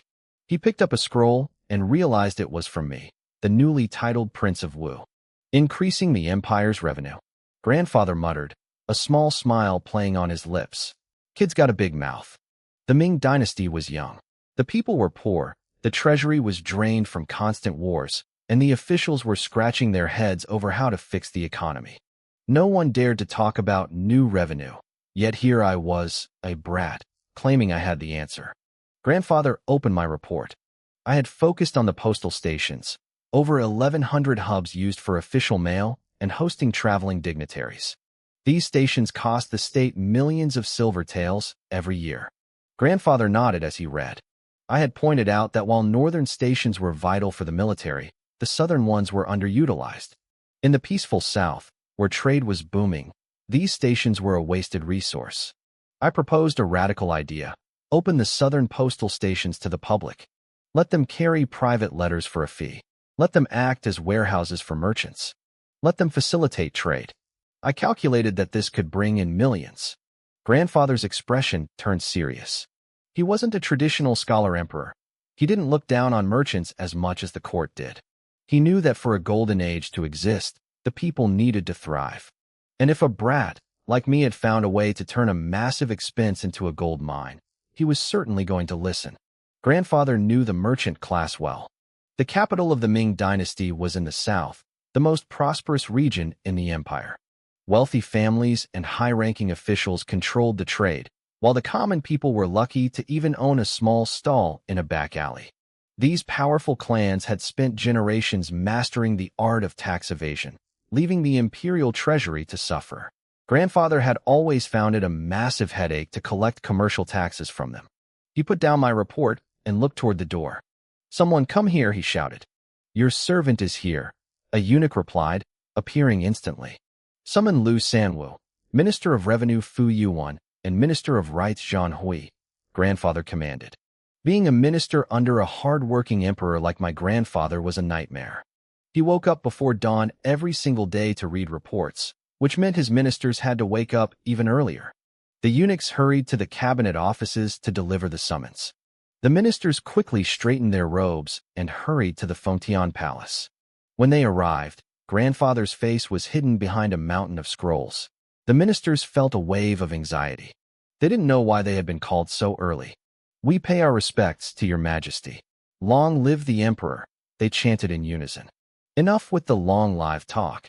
Grandfather chuckled from behind the scrolls. My ears are growing calluses. No one lives forever. His voice sounded cheerful, which made the ministers relax slightly. Grandfather handed my report to a eunuch and signaled for it to be shown to them. Take a look at this. Tell me what you think. The ministers exchanged glances. Lu Sanwu read it first, followed by Fu Yuan and Zhang Hui. Their expressions turned strange. As the pillars of the Ming administration, they immediately understood the implications of the proposal. It was brilliant, but it was also bold, perhaps even a bit naive. I crave your pardon, your majesty, Lu Sanwu began. But may I ask who wrote this? Grandfather had intentionally obscured my name on the scroll. Don't worry about who wrote it. Just speak your minds. Lu Sanwu bowed. I believe the ideas here are fascinating, but the postal stations are meant for urgent military and state matters. If we open them to the public, we mix officials with commoners. It could lead to chaos. What if a private letter gets mixed up with a state document? The loss would outweigh the gain. Grandfather didn't argue. He turned his gaze to the Minister of Revenue. Fu Yuan, what about you? Fu Yuan smiled. I actually think there are several points worth considering. Specifically, the part written in plain language. He picked up the scroll and read aloud. The state maintains horses and personnel at these stations, providing food and lodging for officials. Often, these resources sit idle, wasting the country's grain. If we allow private citizens to use these services for a fee, the stations won't just stop costing money. They might actually turn a profit. So you think opening them to the public could really generate revenue? Grandfather asked. Most certainly, Fu Yuan replied. My department spends a fortune every year just to keep the southern stations running. Last year alone, the Yangtze region cost us over 180,000 taels of silver. And that's not even counting the local corruption. The room went silent. Wherever there was money, there was greed. Grandfather hated corrupt officials more than anything. Over the years, he had executed thousands of them, sometimes wiping out entire families. He had even ordered some to be flayed alive as a warning. Yet, like weeds, the corruption always grew back. Grandfather didn't explode in anger this time. Instead, he looked at the Minister of Rights. Zhang Hui, your thoughts? Zhang Hui was a cautious man. There are pros and cons, Your Majesty. I dare not make a definitive judgment. His hesitation made Grandfather laugh. He knew his ministers were scared to take a side until they knew his stance. He looked at the eunuch and said, Go, fetch the Prince of Wu. The ministers looked at each other in shock. The Prince of Wu? What did a young boy have to do with this? This report was written by my grandson, Grandfather said, his voice brimming with unmistakable pride. Since he wrote it, I'll let him explain it himself. The ministers were stunned. They had assumed this was the work of a seasoned official with decades of experience, not a child. Zhang Hui, who had been promoted by my late father, felt a surge of curiosity. He knew the boy was smart, but this was on a different level. Meanwhile, I was in the Great Hall of Learning. The scholars hadn't arrived to start the lesson yet, so I was surrounded by my younger uncles, the little princes. They were all staring at me with wide eyes as I told them stories about the world outside the palace. In the far west, there are people with red hair and blue eyes. I told them, gesturing with my hands. And their noses are huge, like this. The little princes gasped in unison. And that's not all. I continued, lowering my voice. There are people whose skin is as black as coal. If you turn off the lights, all you can see are their teeth. No way, they cried out, completely enthralled. From the front of the room, a loud, forced cough interrupted us. It was Zhu Yunwen. He was scowling at me, clearly annoyed by the commotion. He was the proper grandson, always studious and serious. He thought my storytelling was beneath the dignity of royalty. I didn't care. In the original timeline, Zhu Yunwen didn't get along with these younger uncles, and when he became emperor, he treated them harshly. I wanted a different path. I wanted them to like me.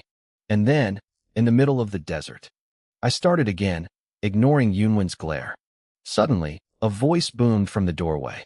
His Majesty summons the Prince of Wu. I stopped mid-sentence and turned around. The moment of truth had arrived. My proposal was on the emperor's desk, and now I had to defend it. I stood up, smoothed my robes, and walked out of the hall, leaving my stunned uncles behind. The man waiting for me was Huang Guan, one of the emperor's personal eunuchs. Even though eunuchs in the Ming dynasty weren't supposed to hold much power, this man served the emperor directly. I knew I had to be polite. I gave him a warm, respectful smile, and he leaned in, his voice barely a whisper.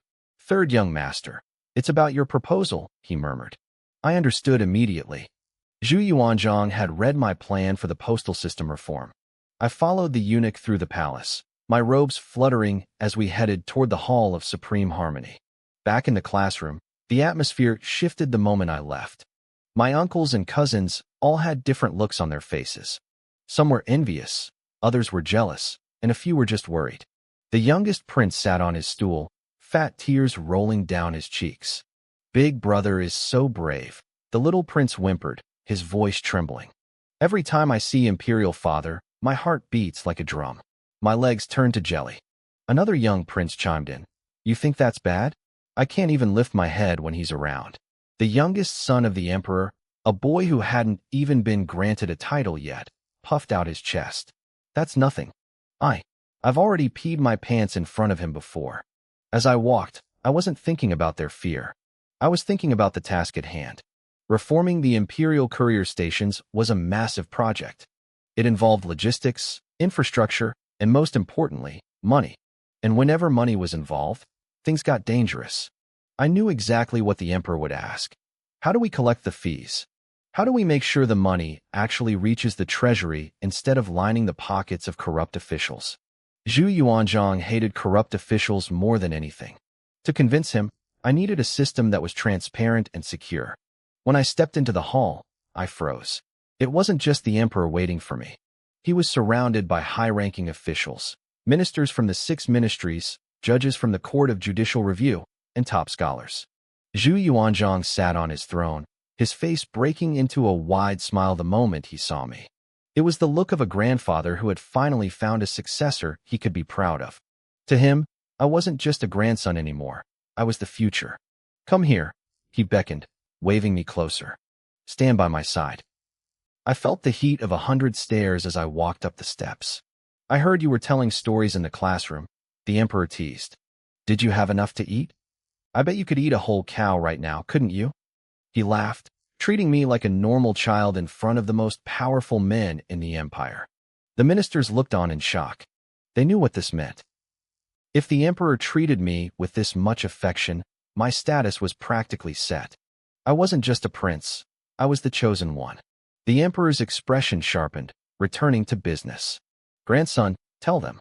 Tell them about your plan to change the courier stations for the sake of the people. I took a deep breath.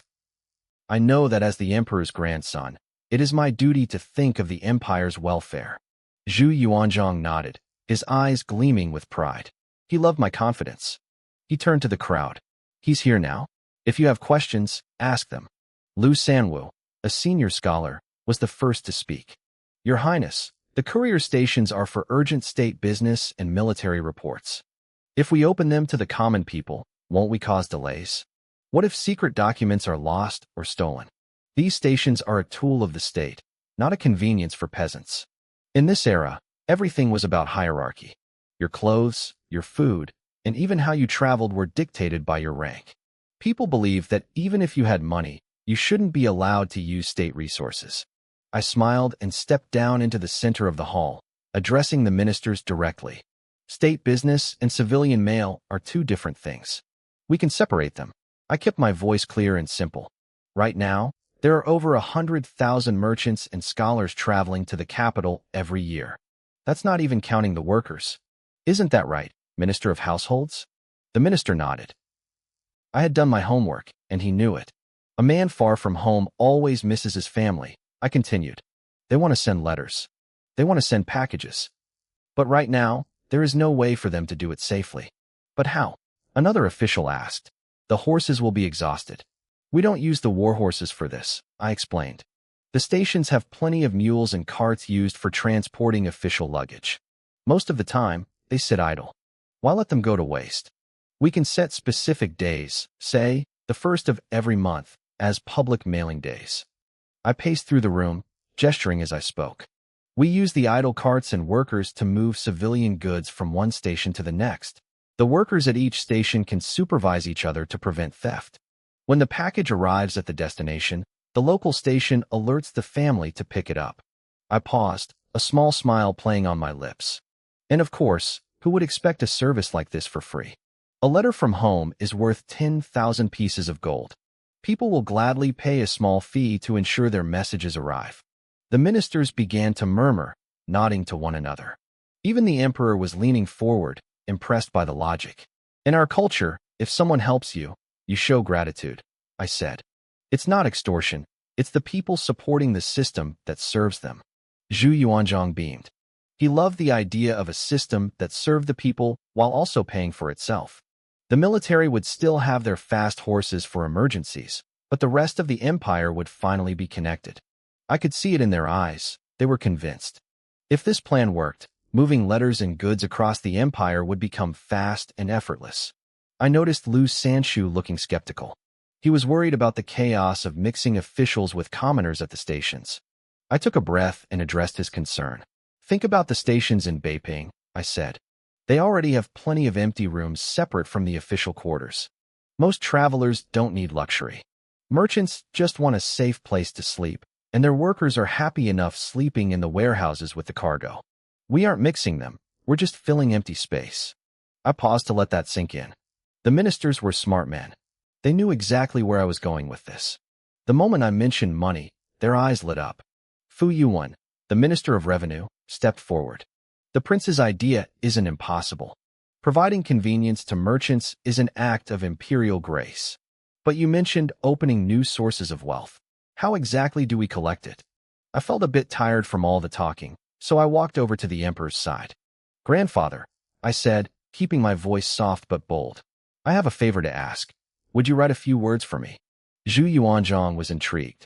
He smiled, leaning back. Write what? I pulled a small piece of cardstock from my sleeve. It was about the size of a cigarette pack.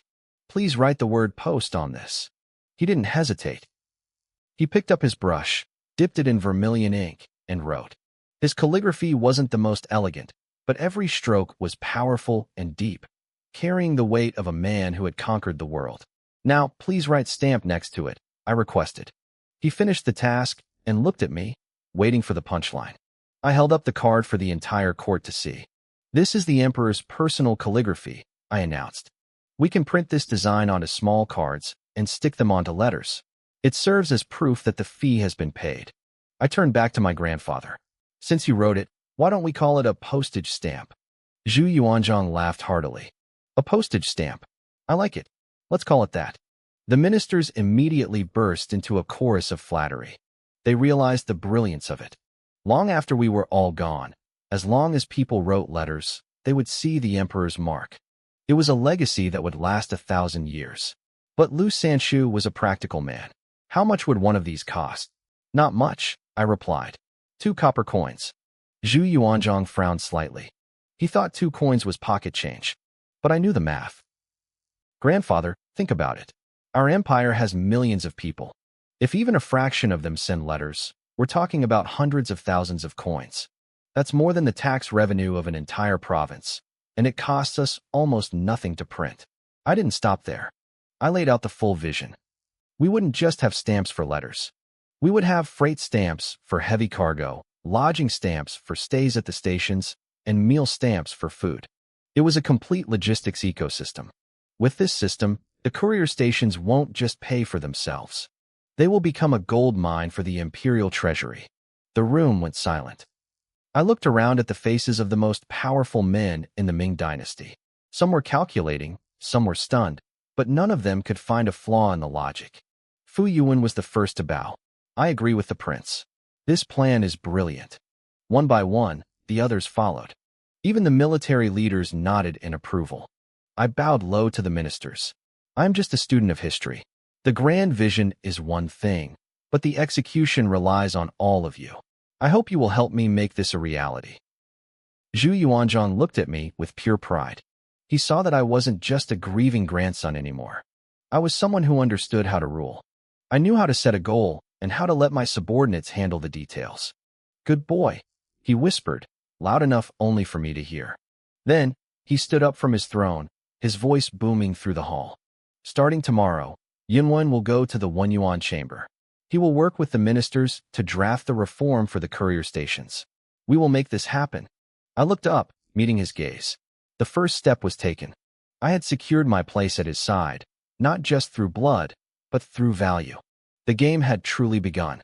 The courier stations were meant to be a tool for government efficiency, but in the hands of petty officials, they had become a burden on the common people. My grandfather, Zhu Yuanzhang, looked at the maps and the plans I had laid out. He realized that the system was being drained by corruption, losing the prestige of the imperial court. It was a joke, a bitter one. He let out a sharp, dry laugh. Remember this, he said, his eyes scanning the room. This is a good thing for the people of the world. Don't you dare mess it up. I won't have the people cursing the Zhu family name because of your greed. The ministers fell to their knees instantly. We obey your decree. As I moved to kneel with them, my grandfather reached out and caught my arm, pulling me back up with a smile. Between us, there's no need for such formality. You've done a great service today. You opened a door for the court, secured our taxes, and eased your father's burdens. His laughter grew louder, echoing off the high ceilings. He looked at me with a warmth I hadn't seen before. Grandson, tell me, what do you want? I will reward you. The ministers watched us, their hearts racing. It was obvious to anyone with eyes that the emperor was looking at me as his true successor. The way he looked at me was full of hope and pride.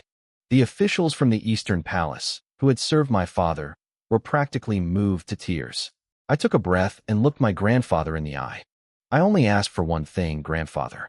On the day of your birthday, I asked that you allow all my uncles to return to the capital. The room went silent. The emperor and the ministers were stunned. The imperial family should be together for such a celebration. I continued, my voice soft but steady. I have so many uncles, yet none of them are here to serve you or share in your joy. You work from morning until night, burdened by the affairs of the state. It hurts my heart to see you so lonely. I felt my eyes grow hot. My uncles are out there guarding the frontiers, and I know their presence puts a strain on the treasury. But today, I found a way to bring in new wealth. I am bold enough to ask, please, let them come home just to have a drink with their father. Grandfather was visibly moved. He didn't expect this. I didn't ask for gold, land, or titles. I only asked for him to see his sons. I knew he missed them. Behind the mask of the Iron Emperor, he was just an old man who wanted his family around him. The costs won't be high, I added quickly.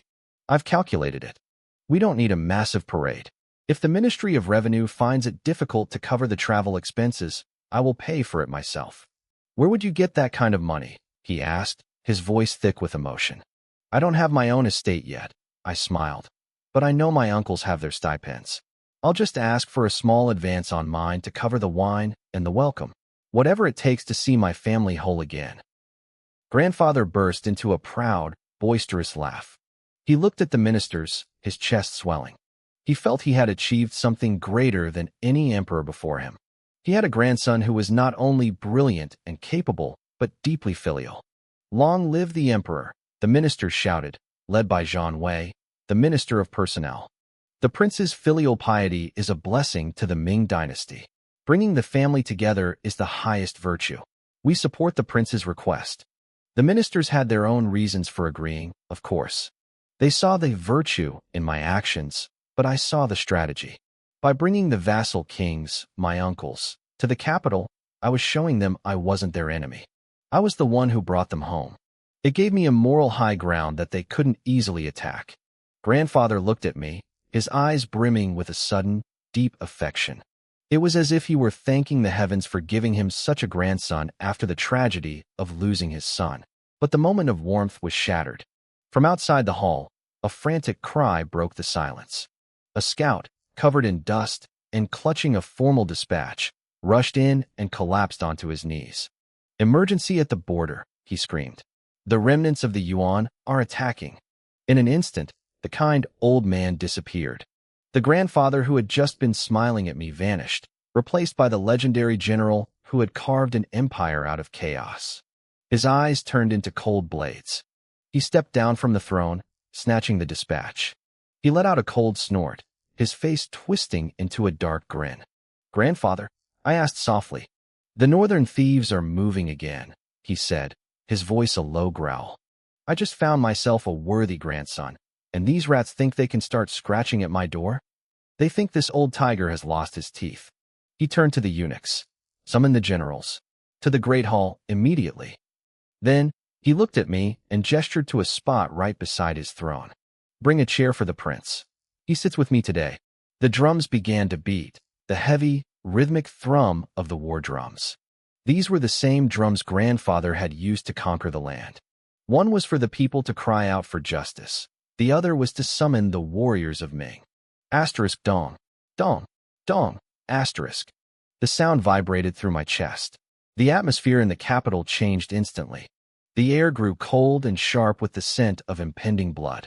Even the old saber hanging on the wall seemed to rattle in its sheath, hungry for battle. Outside, thousands of soldiers in iron armor stood like a forest of steel, their presence silent and terrifying. The great Ming was waking up, and I was sitting right at the heart of the storm.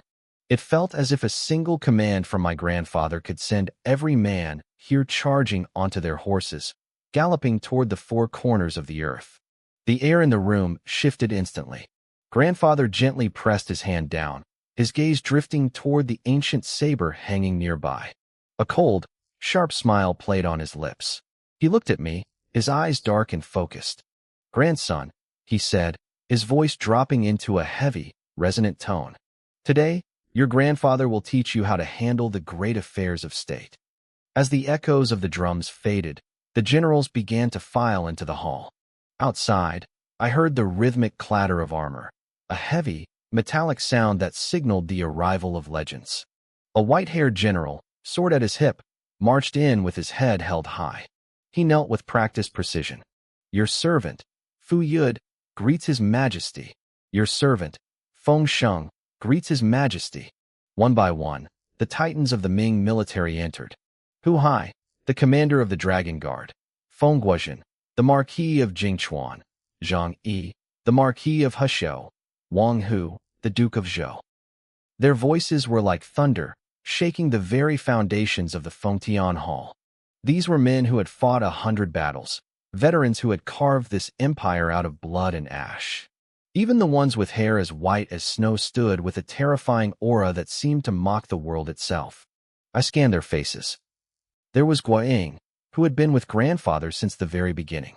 There was Gung Bin Guen, the son of a legendary defender, and Pingyun, grandfather's adopted son. These men were the backbone of the Ming dynasty. They were the reason grandfather dared to strike at the northern deserts. They were his iron foundation. As I sat there, right beside the throne, I felt their eyes on me. Most of the generals, like Fu Yud and Feng Sheng, quickly lowered their heads in respect. But one man stood out. He was staring at me with wide, almost vacant eyes. I searched my memory and realized who he was. My heart sank. This was Li Jinglong, the man history would remember as the Great War God of Ming, but for all the wrong reasons. In the future, he would lead an army of 500,000 only to be humiliated by Zhu Di. He was the man who would eventually open the gates of the capital to the enemy, betraying the very emperor who trusted him. Right now, he was grinning at me like an idiot. He looked dignified enough, with a handsome face and a sturdy build, but I knew the truth. We were technically relatives. I was supposed to call him brother. His father, Li Wenzhong, had been grandfather's favorite nephew, a man grandfather loved so much it almost made his own sons jealous. Grandfather had showered the Li family with titles and honors, even killing every doctor who failed to save Li Wenzhong when he fell ill. Because of that lingering affection, he treated Li Jinglong like a biological grandson, giving him the best teachers and the highest status. I gave Li Jinglong a small nod. He responded with a wide, toothy grin, looking completely oblivious to the gravity of the situation. More generals arrived, filling the hall with the scent of iron and war. "Your servants, Su Huizu and Su Zhengshou, greet His Majesty." The sons of the great Su De had arrived. I looked at Su Zhengshou, knowing his tragic fate. He would eventually be killed by my own hand, or rather, the hand of the man I was supposed to become for his secret ties to the north. Then came the heavy hitters. The sons of Chang Yechen marched in, followed by the man I had been watching earlier. "Your servant, Lan Yu, greets His Majesty. Long live the Emperor." Lan Yu looked up, his eyes catching mine. He saw me sitting there next to the Emperor, and a flash of surprise crossed his face, followed by a subtle, satisfied smirk. He lowered his head, a look of triumph hidden in his expression. The room was full. The finest military minds of the era were all gathered under one roof. Grandfather leaned back in his throne, resting his chin on his hand. He looked like a predator watching his prey. "Someone," grandfather said, his voice light but dangerous, "is looking for trouble." He adjusted his yellow robes, his movements casual, almost playful. It was the tone of a man who had heard a very funny joke. "Someone thinks they can challenge us," he repeated, a cold, mocking laugh bubbling up from his chest. The laughter spread. It started as a low chuckle from the veteran generals, their toothless grins widening. Then the younger officers joined in, their voices rising in a boisterous, arrogant roar. It wasn't a laugh of joy. It was a laugh of pure, unadulterated disdain. To these men, the idea of an enemy challenge wasn't a threat, it was a punchline. Grandfather laughed the loudest. His thin shoulders shook as he gave in to the dark humor of the moment. The sound echoed off the stone walls, vibrating through the armor of the soldiers and the blades at their waists. It spilled out of the hall and across the palace grounds. Outside, the elite guards heard it and began to laugh too, their voices joining a chorus of iron and blood. In that hall, surrounded by the most dangerous men in the world, the laughter was sharp, hot, and wild. It was the sound of an empire that wasn't just ready for war, it was hungry for it. I looked at Zhu Yuanzhang, the man who sat upon the throne of the Ming dynasty. I looked at the fearless generals surrounding him and the elite soldiers outside, ready to march at a moment's notice. A surge of adrenaline rushed through me. I wanted to scream, to shout to the heavens, "I am here." I was witnessing the most magnificent era of this empire. I saw the pride in their smiles and heard the thundering heartbeat of the world's bravest men. The sheer power of their presence shook me to my core. This was the true Ming dynasty. This was the empire I now belonged to. To be here, to know these legendary figures, was a gift I wouldn't waste. I made a silent vow to myself. If I was to live in this era, I would make this nation's spirit immortal.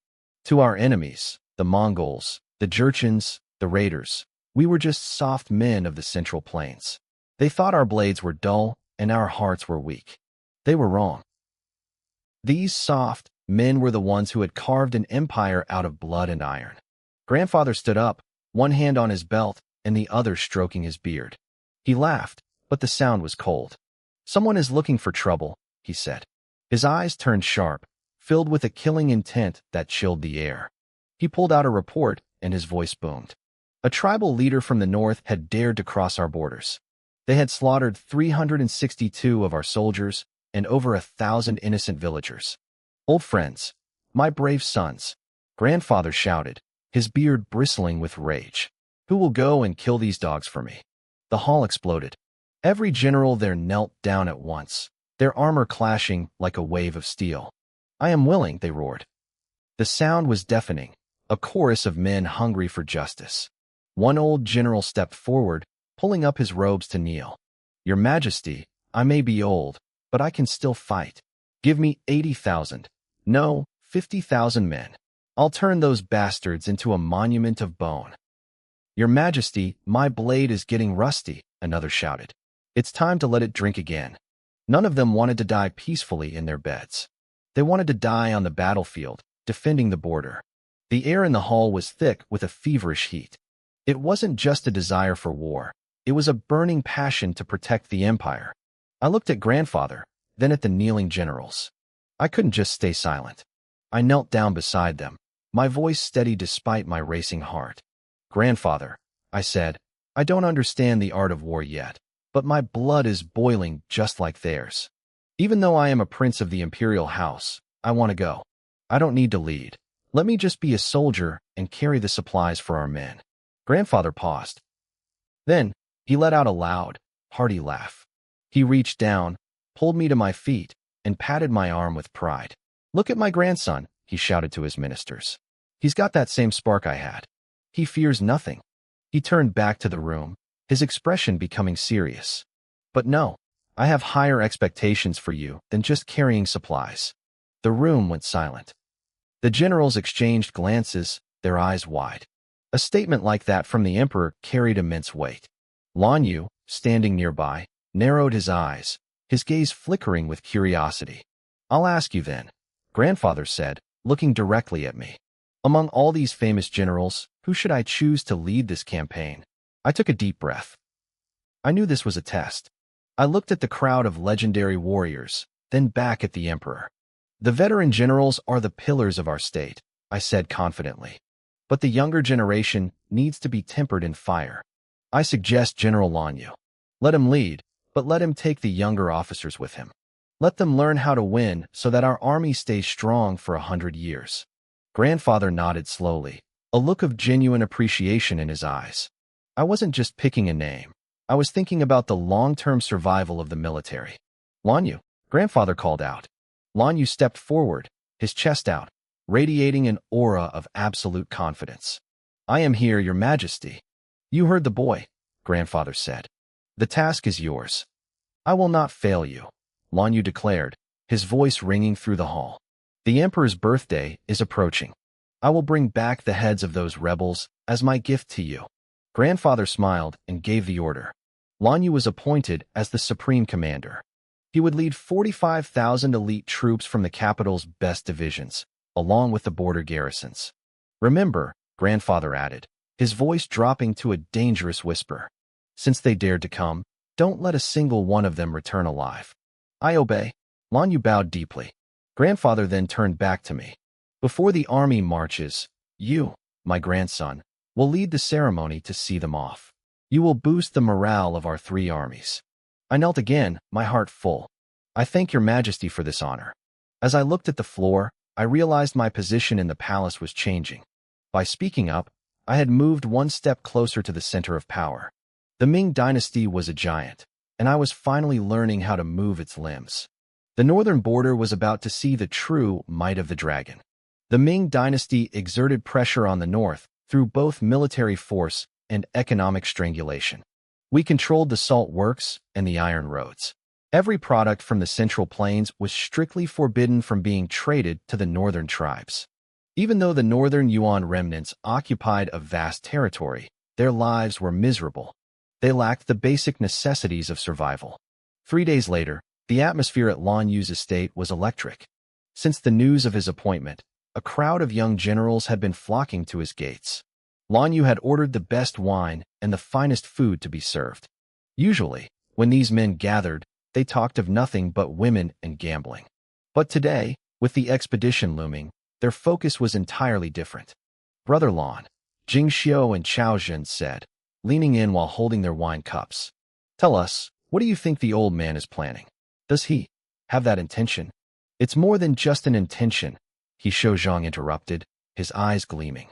When the old man spoke, he practically declared the third prince, Zhu Yunyuan, as the imperial crown grandson. The table erupted in laughter. When the crown prince Zhu Biao was alive, these men were his loyal followers. After his death, they felt lost, like orphans without a protector. But now, the son of their late leader, the grandson of the great General Chang Yuchen, was rising to take his father's place. How could they not be ecstatic? Zhu Yunyuan's lineage was perfect. His father was the crown prince, and his mother was Chang Yuchen's daughter. He was a natural fit for the military faction.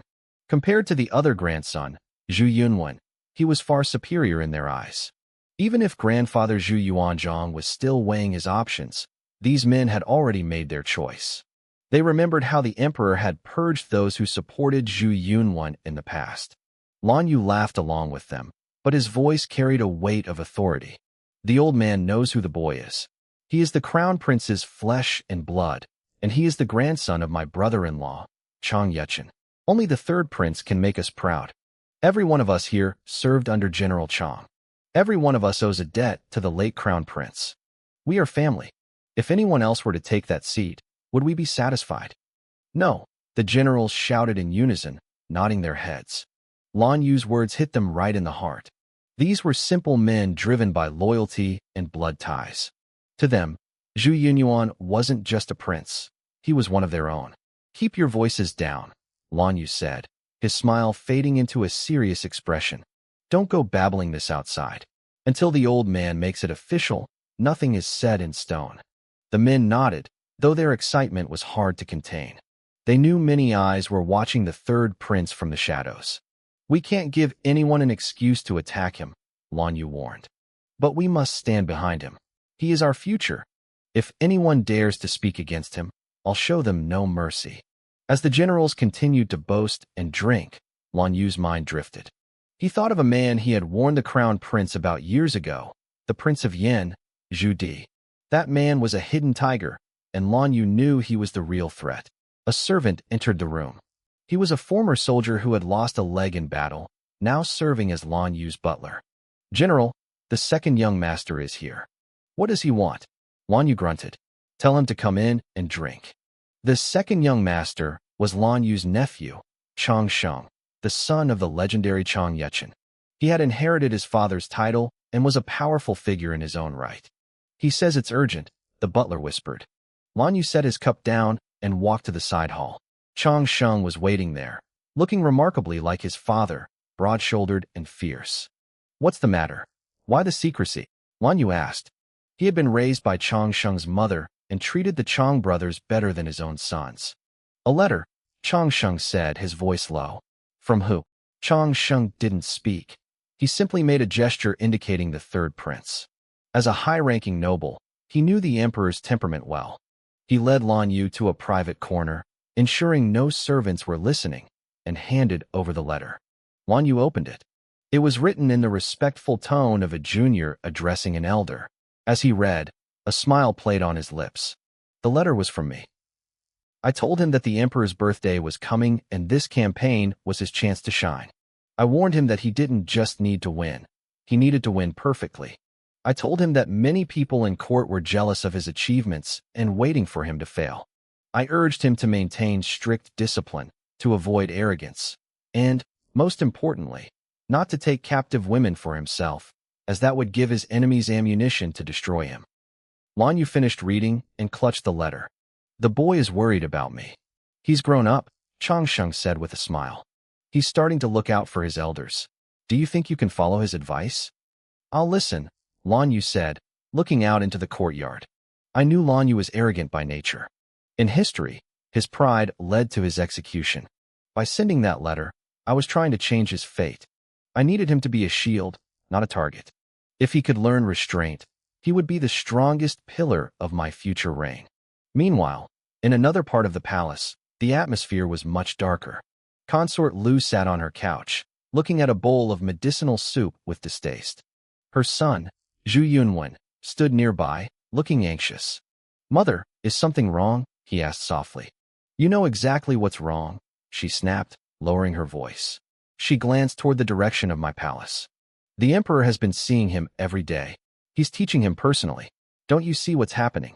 Zhu Yunwen lowered his head, his fists clenched. When his father was alive, he was the favored grandson. The emperor praised his scholarly nature. But in the months since the crown prince passed, everything had changed. The emperor's affection for me was becoming terrifying. I've done nothing wrong, Zhu Yunwen muttered, his voice trembling. It doesn't matter if you've done something wrong, Lu said, looking at her son's pale face. It matters who the emperor sees when he looks at the throne. You're too honest, Consort Lu said, her voice sharp. You don't know how to please people. I wasn't there to hear it, but the walls of the East Palace had ears. She was lecturing her son, Zhu Yunwen, drill sergeant style. She told him that from tomorrow on, he had to visit the emperor every morning and evening. He had to show concern, act filial, and win back the favor he was losing. But mother, Zhu Yunwen whispered, his voice full of bitter irony. Grandfather is the emperor. He isn't someone you can just win over with sweet talk. Lu snapped at him. She told him he was being stubborn. She reminded him that he was the eldest grandson now, the big grandson. In her mind, there was no reason the emperor should favor me over him. She grabbed his hand, her eyes desperate. She told him she had worked hard all these years for him. She couldn't let him lose his spirit now. Everything your father owned should be yours, she hissed. I've spent years guarding against one person after another, all for you. You have to pull yourself together.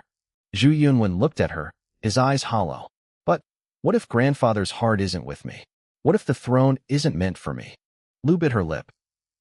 She told him he was the best grandson and that once he secured the emperor's affection, everything else would follow.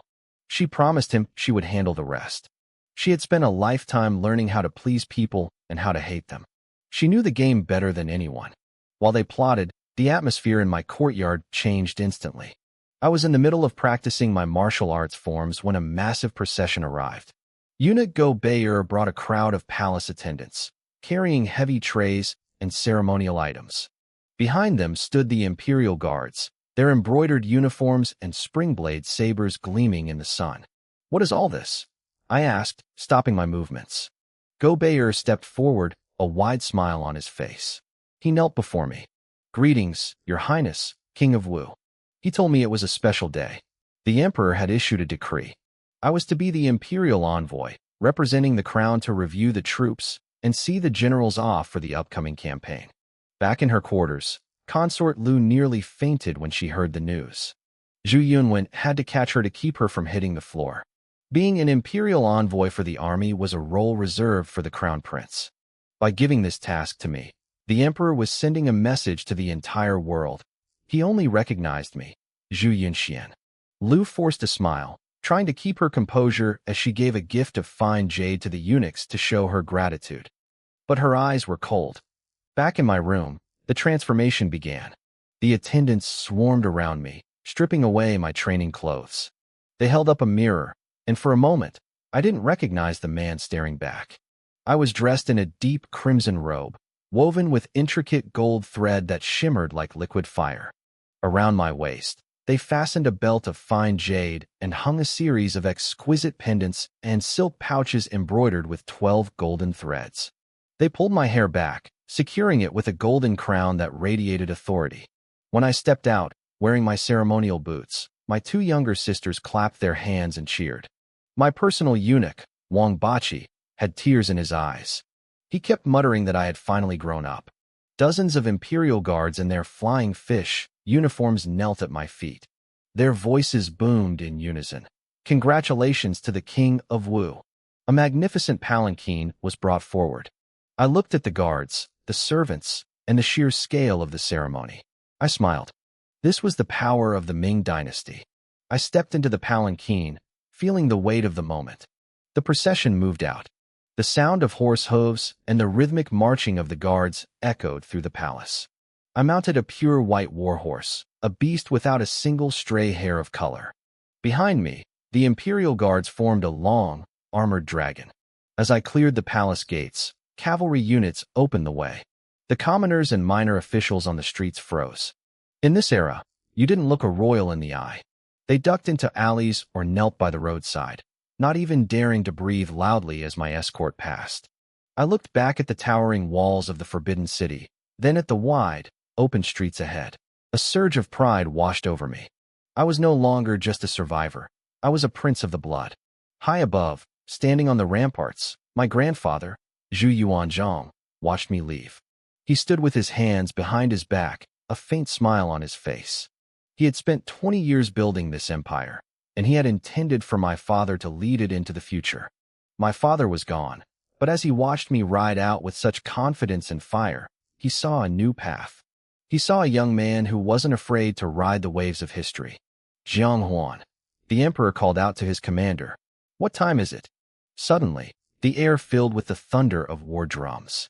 The sound rolled through the city like a tide, crashing against the hearts of everyone who heard it. It wasn't a sound of fear, but of raw, pulsing power. The Ming Empire was waking up, and I was at the front of it. The air around me shifted instantly. It felt as if the world had become a forge, filled with the scent of iron and the echoes of war. In my mind, I could see them, the countless soldiers, the desperate fighting, and the deafening victory cries. My warhorse, usually calm, sensed the change. It tossed its head, neighing in sync with the distant rhythm of marching boots, its muscles tensing beneath me. Standing atop the palace walls, my grandfather, Zhu Yuanzhang, let out a long, slow breath. He knew what was coming.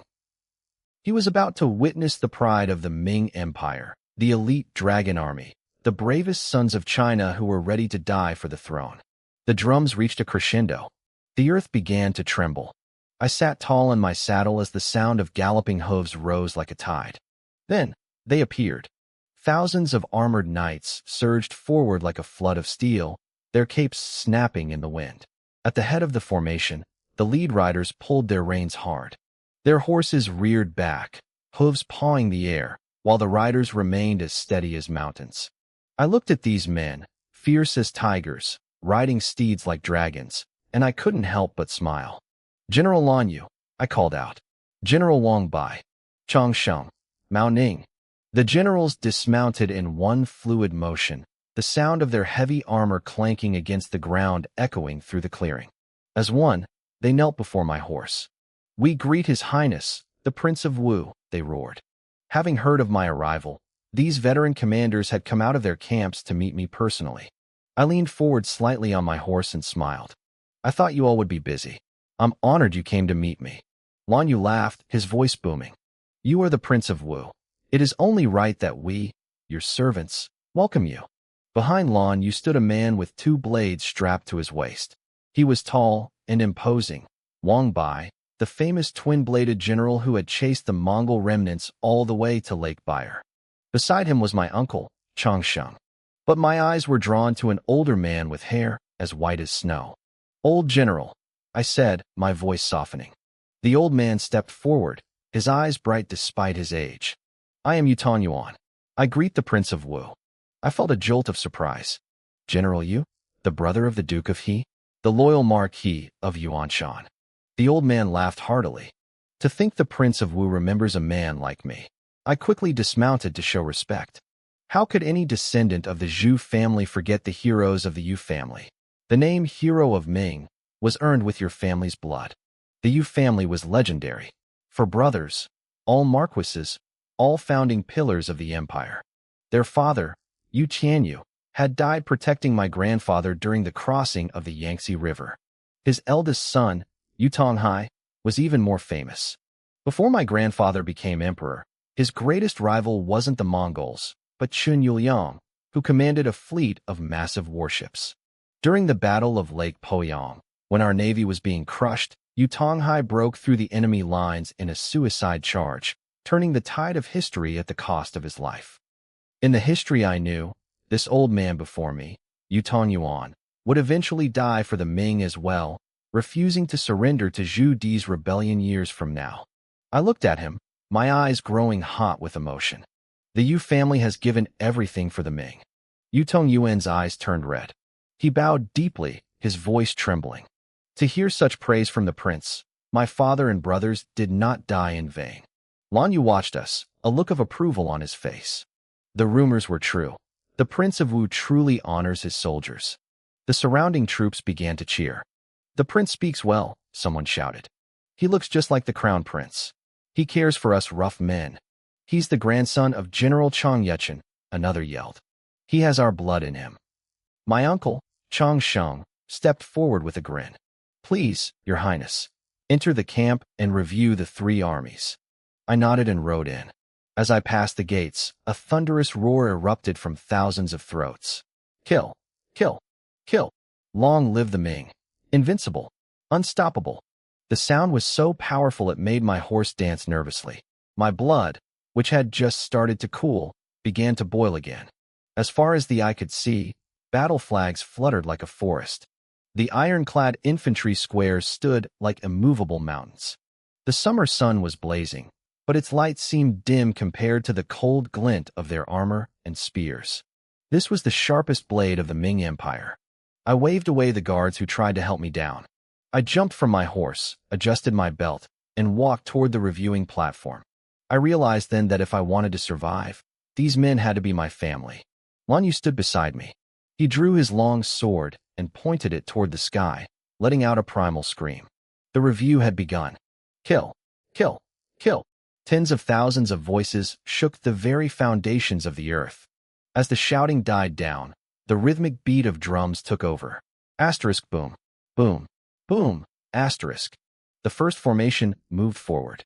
It was the heavy infantry, clad in black armor that shimmered with golden waves under the sun.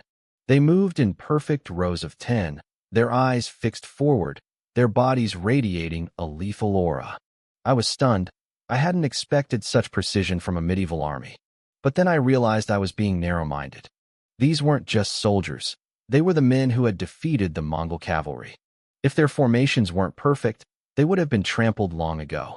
I thought about the stories I'd read back in my old world, tales saying ancient people couldn't even tell left from right. Looking at these men, I knew those stories were lies. These men knew exactly where they stood. They knew exactly who they were fighting for. And today, they were looking at me. The soldiers marched in perfect, natural formations. The ground trembled under the weight of their iron armor. In the front rank, riders held long spears, their horses draped in steel. Behind them stood infantry carrying massive, heavy weapons, iron maces and battle axes. Back in my old world, some people claimed that ancient Chinese weapons were inferior or that we lacked the smithing skills for sharp blades. Standing here, I knew that was nonsense. The scale of these wars was too massive for delicate swords. When two armies of hundreds of thousands met, both clad in heavy plate, a thin blade would just bounce off like a cat biting a sheep. You needed weight. You needed the raw power of an iron hammer to crush armor and bone alike. A single strike from one of these heavy weapons would warp any fancy sword into scrap metal. Your Highness, this is the Hui army, Lan Yu whispered as the heavy infantry marched past, their armor gleaming so brightly it seemed to change the color of the sky. When we took the Yuan capital, I was just a deputy. We smashed through their walls and broke the back of the Mongol iron cavalry. These men only recognized the commander's seal and the emperor's will. I nodded, my eyes fixed on two mounted generals leading the formation. Before I could even respond, the sound of hooves erupted like a sudden storm. The reviewing platform actually shook. The Ming cavalry arrived. A rider at the front held a massive banner high, the word dragon stitched onto it in bold, aggressive strokes. Behind him came the heavy cavalry. Every horse was encased in iron, looking like armored monsters rising from the dust. Behind them followed the light cavalry in chainmail, carrying curved sabers and powerful bows. The sheer arrogance of their stride told the world one thing. Whoever the enemy was, they would be ground into powder beneath these hooves. I noticed something strange. Many of the riders in the dragon unit had the facial features of northern tribesmen. Lan Yu saw my confusion and laughed. The Ming is invincible. Many tribes from beyond the Great Wall have surrendered to us. Don't look down on them. Back in the steppes, some of these boys were tribal lords. Now, they are proud men of the Ming. I smiled, feeling a surge of pride. But that smile faded into pure shock as the next unit appeared. I leaned forward, nearly falling off the platform, trying to get a better look. Cannons. So many cannons. This was the Shinji camp, the Ming's legendary firearm division. They rolled out specialized carts loaded with weapons. I had been a soldier in my past life, and I knew the history of gunpowder. People think ancient tech was primitive, but the Mongols had used Chinese gunpowder to blast open the cities of old Iran.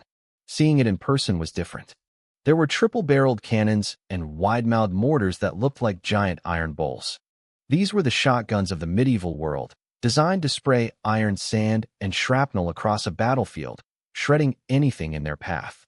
Huge, black iron cannons followed on heavy carriages, their barrels engraved with symbols. As a former military man, my hands actually itched to touch them. The history books I read in the future called the late Ming era stagnant and backward, but standing here at the beginning of the dynasty, I saw a superpower at its peak. This was an empire with the strongest military and the most advanced weapons on Earth. That's nothing, Lan Yu bragged, his eyes lighting up as he remembered his glory days. During the final battle in the north, I led the Central Army deep into enemy territory. I placed my cannons on the high ground. When the Yuan cavalry charged, the fire was so intense the corpses blocked their own path. They couldn't even reach us. By the time they realized they were trapped, I had already surrounded them with 1,500 elite scouts. I listened, mesmerized. I could have listened to his war stories for 3 days straight, but the review was ending. The 3 divisions came to a halt, standing like iron nails driven into the earth. The wind whipped their banners, making a snapping sound that filled the silence. I walked to the front of the platform and picked up a large iron megaphone. I looked out at the sea of faces, the men who would soon be sent to the borders. I took a deep breath and let my voice carry across the field. I have seen you, I shouted. I have seen the warriors of the Ming. I have seen the blood and spirit of our finest men. I see the heroes who bleed so our empire can stand. The soldiers' eyes ignited like wildfire. You are heroes, I continued, my voice growing hoarse but steady. You are the shield of the Ming. You are the hope of the people. You keep the enemy far from our homes and protect the glory of the sun and moon. I will tell the emperor exactly what I saw today. I saw the bravest men in the world. I looked into their eyes and saw their hunger for glory, their determination to break the enemy, and their absolute loyalty. I will tell my grandfather, I roared, that as long as you are here, the Ming Empire will never fall. Long live the Ming! Long live the Ming! Tens of thousands of voices screamed in unison, a tidal wave of sound that seemed to swallow the world. When the echoes finally died down, I felt a strange ache in my chest. My only regret, I said, looking at the young faces in the crowd, is that I cannot stand in the ranks and fight alongside you. Brothers, I shouted, my voice cutting through the wind. Go and strike the enemy down. On the day you return in glory, I, Zhu Yunting, will personally pour your wine. I will break the seals on the jars for you myself. The blood of those simple soldiers began to boil. They looked at me, the grandson of the emperor and the prince of Wu, and couldn't believe their ears. I had called them brothers. I had promised to serve them wine with my own hands. Some of the men at the front actually started to cry. Then, someone started the chant. It began as a ripple and turned into a roar that shook the heavens. Long live the Prince of Wu! Long live the Prince of Wu! I stood there, a small smile playing on my lips as the sound washed over me. When the cheering finally began to subside, I shouted something that left everyone stunned. Long live the soldiers who guard our borders. Long live the warriors who bleed for the Ming. Long live the heroes who fight on the battlefield. Long live the soldiers of the Ming Empire. The massive training ground went silent. Tens of thousands of men stood frozen. Then, a second later, a wave of sound erupted that was even louder than before. Long live the Ming! Long live the Emperor! I looked at the soldiers, their faces flushed red with emotion, their voices turning hoarse from screaming. I turned to Lan Yu and smiled. One day, I said, I will stand on the battlefield and fight side by side with all of you. Lan Yu bowed deeply, his expression dead serious. When that day comes, I will be the one to lead your horse, your highness. I laughed loudly. It's a deal. I turned and walked off the platform, leaving Lan Yu staring at my back. He looked dazed. He had always supported me, but in his heart, he had still seen me as a child. Today, he saw a man, a leader with flesh and blood. In me, he saw the shadows of two men, the kindness of my late father, Crown Prince Zhu Biao, and the cold, decisive authority of my grandfather, the emperor. Meanwhile, in the East Palace, my stepmother, Lady Lu, was preparing. She wore simple, plain clothes and no makeup at all. She stood before a mirror, carefully tucking away a stray hair. Behind her, a palace maid appeared. My lady, the noodles are ready. Just as you ordered, extra sesame oil and a soft-boiled egg. Lady Lu glanced at her reflection. Good. Pack it up.